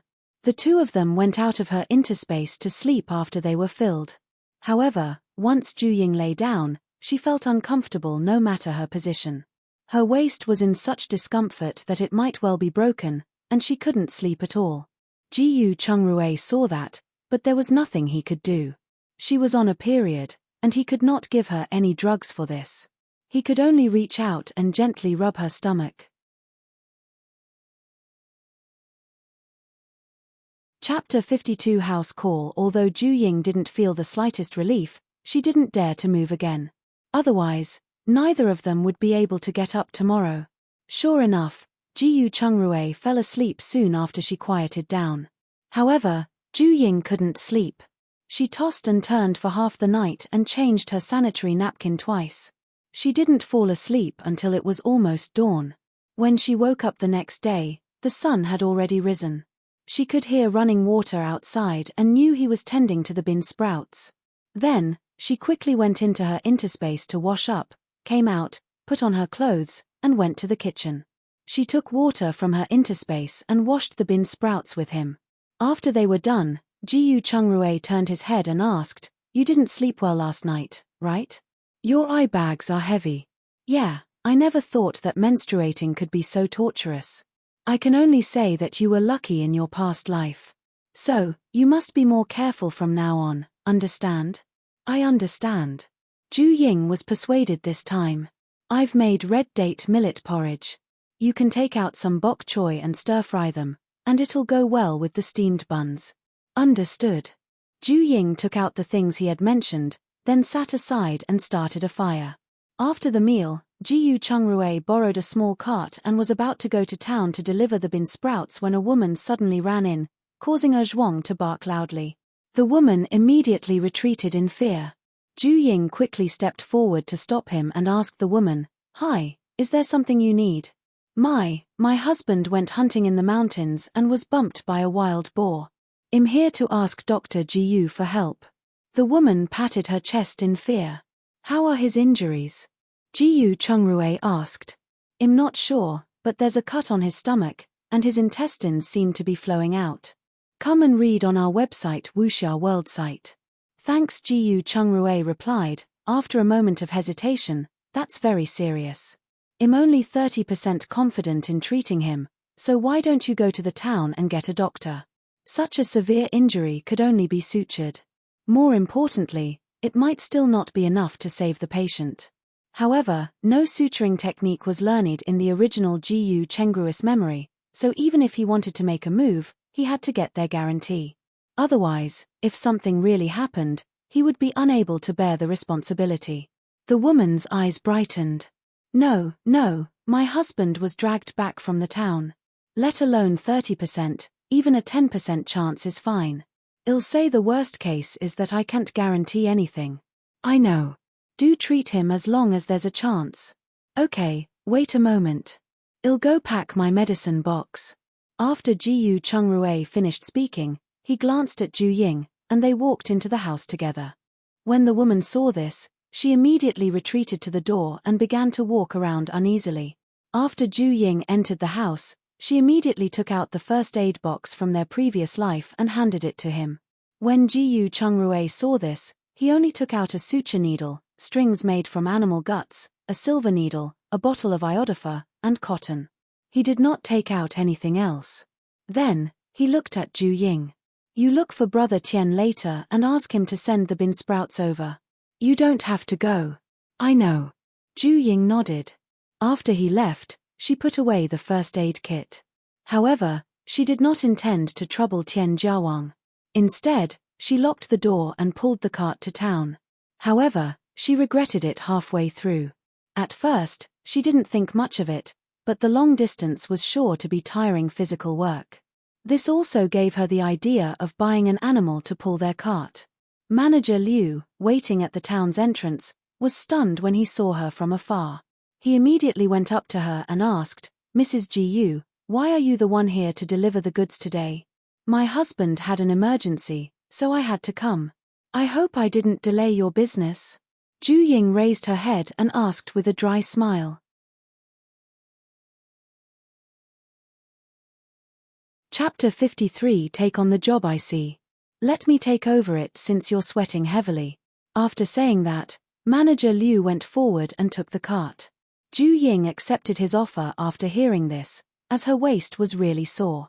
After the two arrived at the restaurant, Ju Ying didn't even take the money and ran straight to the bathroom. When she came out, she saw Chef Ju scolding a waiter with a gloomy face.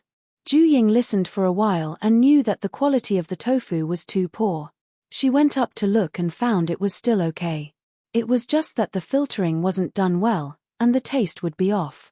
Chef Ju didn't have the mood to continue scolding when he saw Ju Ying. Instead, he said, "All right, go to the market and see if you can buy good tofu. Also, remember to tell Mr. Zhong that if something similar happens again in the future, our restaurant will no longer use his tofu. I heard that Mr. Zhong is not here anymore. His nephew sent over this tofu. Has gone." "How?" "I heard that he fell in his yard at dawn. It was too late when anyone else realized that, so, since that's the case, let's change to another store in the future. Can I take over?" Ju Ying asked. She asked because there was nothing to do at home besides washing those bean sprouts. She could kill time if she took over making their tofu, and it didn't matter how much she could profit from this. Chef Ju looked at her in surprise and asked, "Then tell me why I don't want this tofu. Come and read on our website Wuxia World site. Thanks, it's mainly because the filtering process is too sloppy, and it's a little overcooked. It will make the tofu hard and rough, which will affect the taste." Chef Ju nodded in satisfaction. "Then make one for me to try tomorrow. I'll let you take over the work if it's good." At this point, he handed her the money bag in his hand and said, "Oh right, this is the money for the bean sprouts.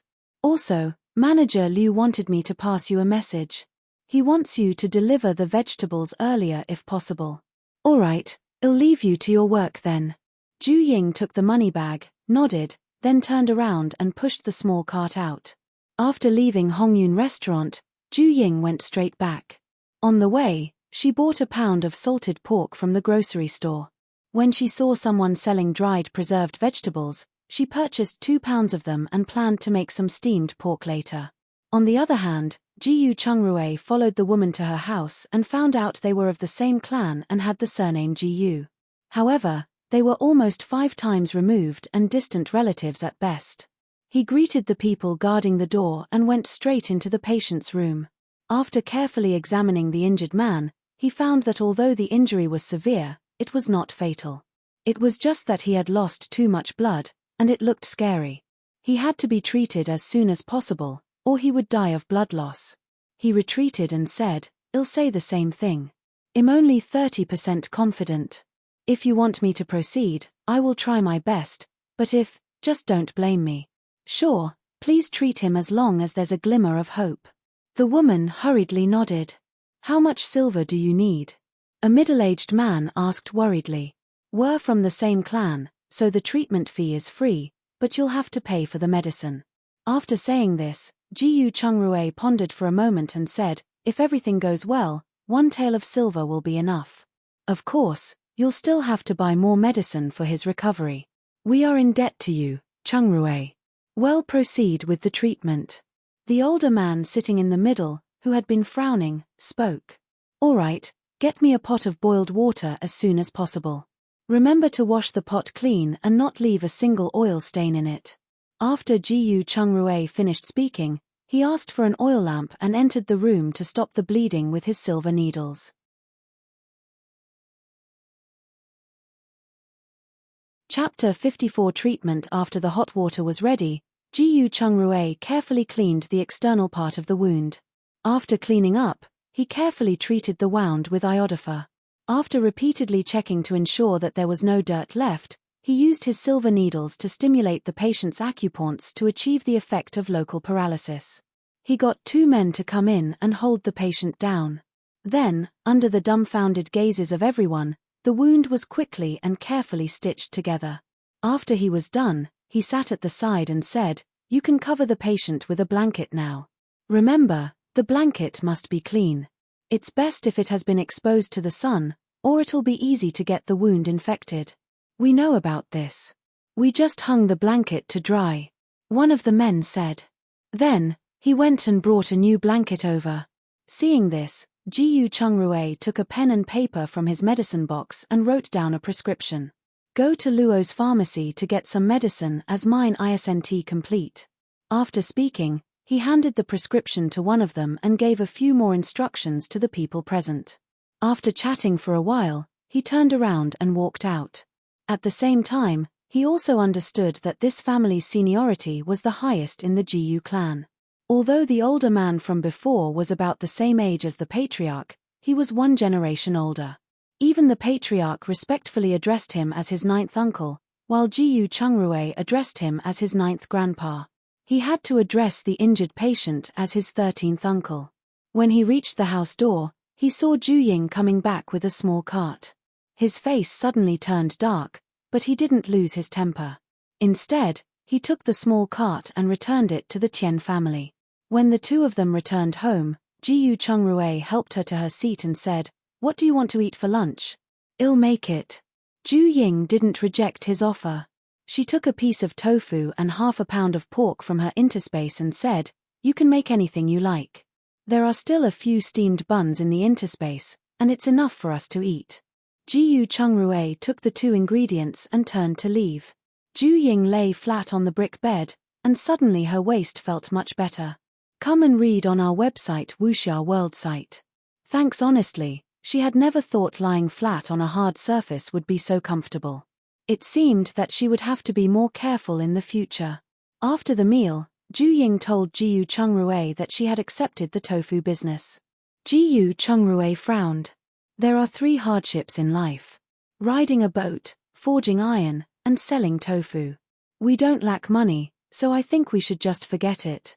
Besides, I suspect that the old-fashioned tofu mentioned by Chef Ju needs to be ground with a stone mill. It's definitely not possible to use a fully automatic one. Let's just give it a try. We'll see if we can take it or not. Anyway, it's not a big deal to make 2 plates of tofu a day. Ju Ying suggested. Alright, there's a mill in the village. I'll go and buy one later. Jiyu Chungrui answered. By the way, should we buy a donkey or a cow? It's too tiring to pull a cart to town every day. Ju Ying asked. There's a big fair tomorrow. Let's go to town and see if there's anything for sale. Jiyu Chungrui thought of his 13 uncle's condition and asked her for a few more tablets of fever medicine and anti-inflammatory medicine. Then, he went out to buy a stone mill and brought it back. He then took the first aid box and hurried out the door. As soon as he left, Mrs. Bai came to their house again, wanting to dig for more Puraria roots, but Ju Ying declined by saying that she was not feeling well. After she left, Ju Ying took out 20 pounds of soybeans and weeded the bad ones. After that, she washed them twice and soaked them in a bucket. After dinner, Jiyu Chungrui was worried about his 13th uncle, so he had to go there again. Ju Ying freed Zhuang and went straight into her interspace. She then collected the ripe fruits, eggs, and duck eggs. After she was done, she ate a big apple, went out to light the fire, and went back to her interspace to sleep.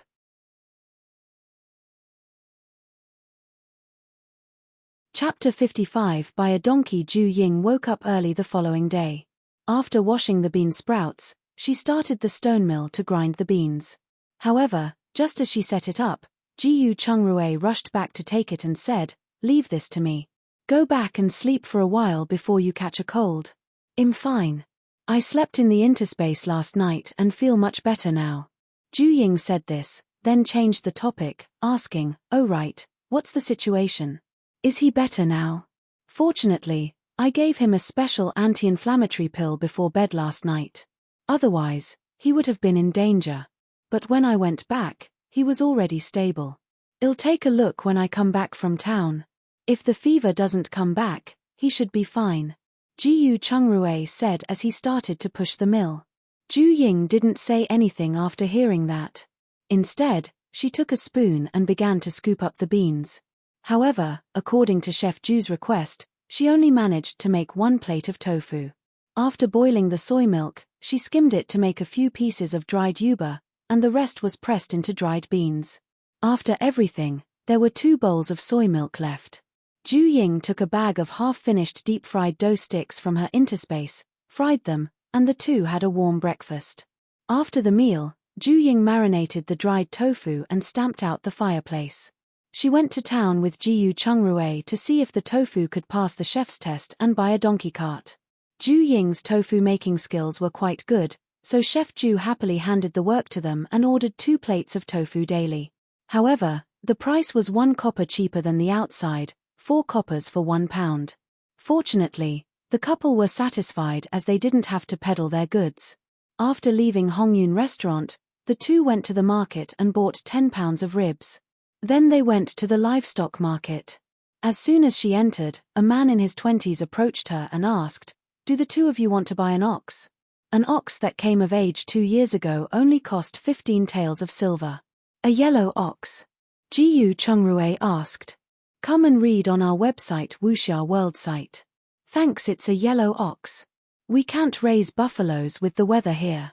Do you have a donkey or mule? The man's enthusiasm immediately dropped, but he said, "There's a donkey. I'll take you there." After speaking, he brought the two of them to a corner. When he arrived, he said to the old man feeding a donkey, "Uncle Son, I've brought you someone looking for donkeys." "All right, thank you, Urzi. I'll treat you to beef noodles for lunch. Then I'll be waiting." After the man finished speaking, he pointed at Jiyu Chungrui and his wife, then turned and left. Jiyu Chungrui nodded at Uncle Son and observed the 3 donkeys in front of him. Finally, he chose the one on the far left and went forward to check the donkey's mouthpart. After confirming that it was younger than 2 years old, he asked, "Uncle Son, how much are you selling this donkey for? I didn't expect you to know your stuff. To be honest, this donkey has just been bought. It has just come of age and is fat and strong. If you want it, it'll cost 10 taels of silver, but I'll give you an elmwood cart to go with it." Uncle Son indicated a direction after he finished speaking. Jiyu Chungrui turned his head and saw a brand new donkey cart. He walked up and took a look. Besides the wheels being made of wood, he was satisfied with everything else. Even the saddle was fitted. "Then do you have a whip? Give me one, and it'll save me the trouble of making it." "The whip is not a problem. I'll give you one." Uncle Son pulled a whip from the side and threw it to him. "Thanks." Jiyu Chungrui took it and thanked him. After that, he looked at Ju Ying. Ju Ying handed over 5 taels of whole silver with a pained expression, and the other 5 taels consisted of broken silver and copper coins. Chapter 56. Seeking advice. After settling the bill, Uncle Son taught Jiyu Chungrui how to set up the cart and drive it. The two lifted their small cart onto the donkey cart and went home. When Ju Ying returned the cart, she took 5 pounds of pork ribs and handed them to Sister Tian. "Sister Tian, give these ribs to Da Hua and Hua to improve their diets." "How can we?" Sister Tian wanted to decline, but Ju Ying stopped her and said, "Sister Tian, you don't have to be so polite with us. We're neighbors, and you've helped us a lot. Please take it." Sister Tian replied, "Oh, then don't hesitate if you need us for something." "I won't." After Ju Ying finished speaking, she turned around and was about to return when she saw Sister Tian's face full of hesitation. She paused and asked, "Sister Tian, is there anything you need? Just let us know. If it's within our means, we will definitely help." "Did your family buy a donkey cart?" "Yeah, it's embarrassing to borrow your cart every day." "Do you guys earn a lot of money by selling bean sprouts?" Ju Ying was stunned for a moment and shook her head. "It's all right, but the money for buying the donkey is mainly from picking herbs. However, I can teach you if you want to learn how to grow bean sprouts. Even if you don't sell them to a restaurant, the price of this new vegetable will not be low in the market." Tian Dahua's eyes brightened up. She felt that her return with her kids had dragged down her brother. If they could have a stable income, they could move out and let their brother quickly marry another wife. "Then I'll go back and discuss it with my brother before making a decision." "Sure, you can come over at any time," Ju Ying assured her before turning around and heading home. In the afternoon, Tian Jiaxing's family sent over the remaining furniture and an additional single bed, saying it was for Jiyu Chungrui to use as a patient bed. Come and read on our website Wuxia World site. Thanks. Before dinner, Jiyu Chungrui was about to lock the door and let the dog out when he saw the Tian siblings walking over. Jiyu Chungrui paused for a moment before warmly welcoming them into the house. On the other hand, Ju Ying heard the commotion outside and immediately glanced at the dishes on their dining table.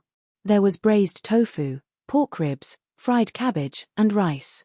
After confirming that there was nothing out of the ordinary, she got up and went out to welcome them. "You guys are having dinner? Why don't we come back later?" Sister Tian looked at the food on the table and smiled awkwardly before getting ready to leave. Ju Ying quickly stopped her. "No, you came at the right time. Since you're here, let's eat together." No, we've already eaten before coming here. Besides, we also had pork ribs for dinner." Sister Tian shook her head and said, "Yeah, you guys eat. Well, just sit at the side and wait." Tian Jiawang replied. Seeing this, Ju Ying went to the kitchen and brought back 2 pairs of bowls and chopsticks. She also gave each of them a small bowl of braised ribs and braised dried tofu. "Do try the pork ribs and dried tofu that I made. Well, don't mind if we do." Tian Jiawang smelled the rich meat fragrance and finally couldn't resist the temptation and took it. When Sister Tian saw this, she also accepted it. However, she only tasted a bite and gave most of it to Tian Jiawang. Seeing this, Jiyu Chungrui and Ju Ying immediately returned to their seats and quickly ate. After they finished eating, Tian Jiawang asked curiously, "Sister Ju, what is this red thing made of? It doesn't taste any different than meat." "It's dried tofu. It's made of soybeans, but it's been pressed and stewed with spices," Ju Ying replied as she cleaned up the dishes. After saying that, she took the bowl and chopsticks and went to the kitchen.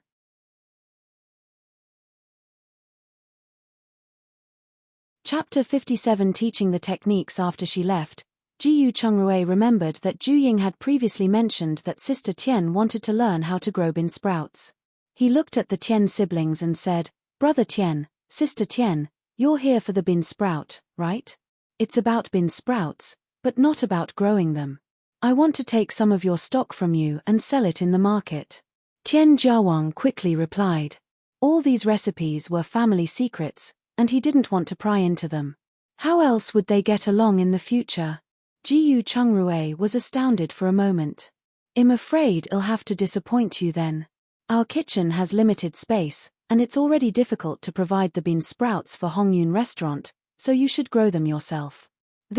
How can I accept this?" Tian Jiawang waved his hand and said, "There's nothing to be embarrassed about. After all, growing bean sprouts can be figured out with a bit of thought. The first step is to pick out the beans that could germinate, soak them for 10 hours, then put them in a container with water leaking at the bottom and cover them with a wet cloth. After that, you just have to flush them with water every morning and night. You need to pay attention to the time when you soak the beans. 8 hours in spring and autumn is enough, and 10 hours minimum in winter. To put it bluntly, it is to ensure that the beans have enough water. Also, the water used every day must not be too cold, or the beans will freeze. Oh right, there's also the temperature. The room can't be too cold, or the bean sprout will grow very slowly." "A leaking container?" Sister Tian asked in surprise. "Yes, like a broken pot, bucket, or even a woven basket. As long as the beans are always wet, it will be fine. Of course, good ones are fine too, but flushing the beans is a little troublesome." When Jiyu Chungrui said this, he saw the two looking thoughtful. He stood up and said, "I'm sure you'll remember everything I said here. Let's go to the kitchen and take a look. It's time to water the bean sprouts." He brought the two to the kitchen and explained it to them after getting some water to demonstrate it to them. After they were done, he said, "Just like this. It's not difficult, just a bit of effort." "Your stove fire has to stay on the whole day?" Sister Tian asked. "That's right. It can't be extinguished at all, especially at night. That's why we only open half of the air vent near our brick bed. This is also why we can't grow bean sprouts in large numbers." The siblings understood the workings and went home after sitting for another short while. On the other hand, at the Jiyu family's residence, after dinner, everyone was about to leave when Mrs. Liu suddenly said, "I heard from Aunt Liu next door that Chungrui bought a donkey cart. Did any of you see it? Is it true? Second Uncle Jiyu said, it seems to be true. I also heard Chung Rui would push 2 urns to town every day after breakfast and bring them back when he returned. But, I don't know what they are doing. Do you know what they are doing? He asked Jiyu Chengshi. Jiyu Chengshi raised his head. Chung Rui hasn't been going up the mountain much recently, so I don't really know. He thought, even if I knew, I wouldn't tell you. Since you've already chased them out, you shouldn't disturb them. It seems the couple has earned at least 20 taels of silver during this time. Otherwise, they could not afford to buy a donkey cart. Mrs. Yarrow said unhappily. That's enough. They've already split up, and it's a good thing that they can earn their living. You can think of more ways to earn money if you're jealous. Mrs. Chow unhappily rolled her eyes at her. After saying this, she got up and returned to the east side of the house. Go and do what you should be doing. Father Jiyu got up and returned to his room after he finished speaking.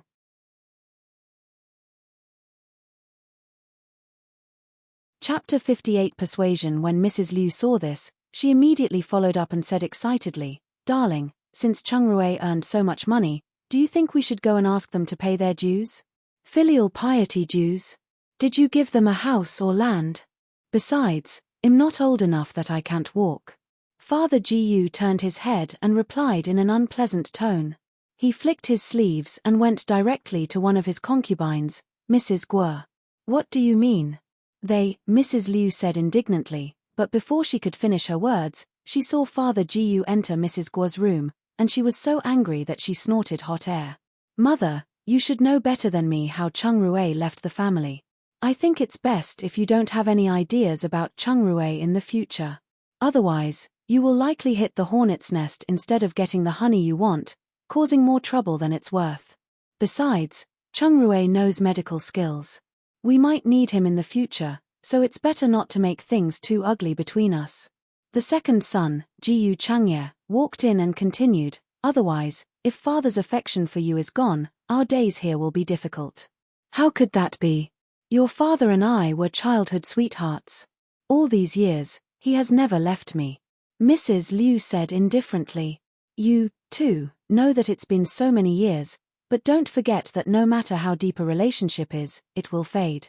You've forgotten the once famous Mrs. Chiu. She was born an actress, deeply loved by father, and even you had to give in to her. But she was still left behind when we left the capital. Even though the existence of us siblings can protect your position, we can't protect father's feelings for you. Jiyu Chengye reminded her. That's impossible. Your father doesn't like Chung Rui and his wife. Why would he fall out with me for them? Yes, he doesn't like Chung Rui, but father loves his dignity, especially in front of the patriarch. Don't forget that he was the #1 person in the clan a few years ago and was the subject of others' flattery. His calls would always be heard, and he would always be in a glorious state of mind. But after coming back, he had to ask for the patriarch's help, especially for the 100 acres of land and the official job for me and Big Brother. When Chung Rui was chased out, he didn't get any of the family's assets and lost even more face before the patriarch. Now that the patriarch and Chengru's relationship is getting closer and closer, do you think father will be happy about that?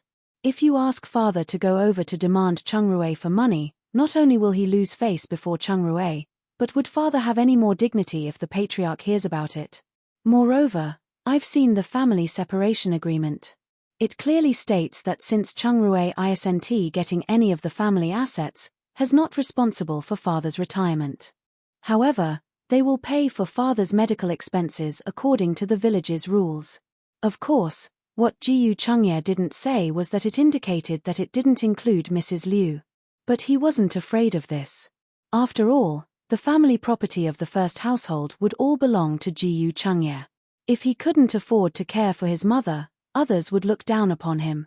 After Mrs. Liu heard it, her anger subsided a little, but she still said, "Has also his son. Why shouldn't he take care of his parents?" Jiyu Chengye saw that she was still not listening and immediately said impatiently, "Although a concubine's son's share of the family property is small, he is supposed to get 30%. But when he split up with us, he only took 2 sets of clothes and an old quilt. Forget about him. I wouldn't have given any money, either, if it were me. After Mrs. Liu heard it, she looked at him with a startled expression.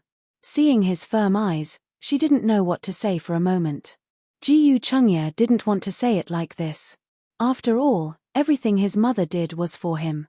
After that, he helped her to sit down and said, "Mother, now that Chengruo has been separated, there's no one to fight with me for the family inheritance.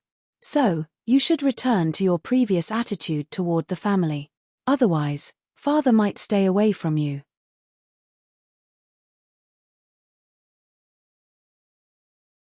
Chapter 59. Regretting their actions. After Mrs. Liu heard this, she turned her head and looked at him.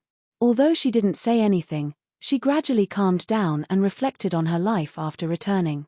Since she was promoted to wife, their life as a couple seemed to have remained the same. Her husband had always respected her, but because of some disagreements, he reduced the time he stayed over at her place. She suddenly felt a sense of crisis, thinking of the relatively young Mrs. Guo. She hated that a younger one came and threatened her position after driving away the elder one. It seemed that she had to pay more attention to the things over there. As for Chengruo, it seemed she had to find a way to coexist. Otherwise, it would really look ugly if she continued this, and she and her sons would not be in a good position.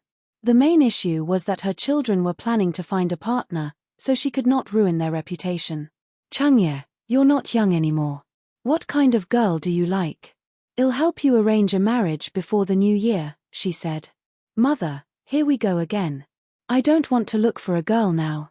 Let's wait until the situation at home has completely stabilized. Otherwise, I won't be able to find a good wife. You're half a year older than Chengruo, but has already, Mother. All right, I won't say any more. But you have to put in more effort too. Otherwise, finding a suitable partner will be difficult after you've missed the prime of your life.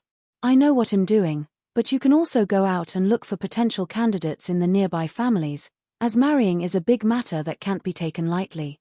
At the very least, she must have good character, respect our parents, and have a good appearance. Yes, this is basic, or else she wouldn't be worthy of my son. Then have a good rest. I'll take my leave." Jiyu Chengye turned around and walked out after he finished speaking.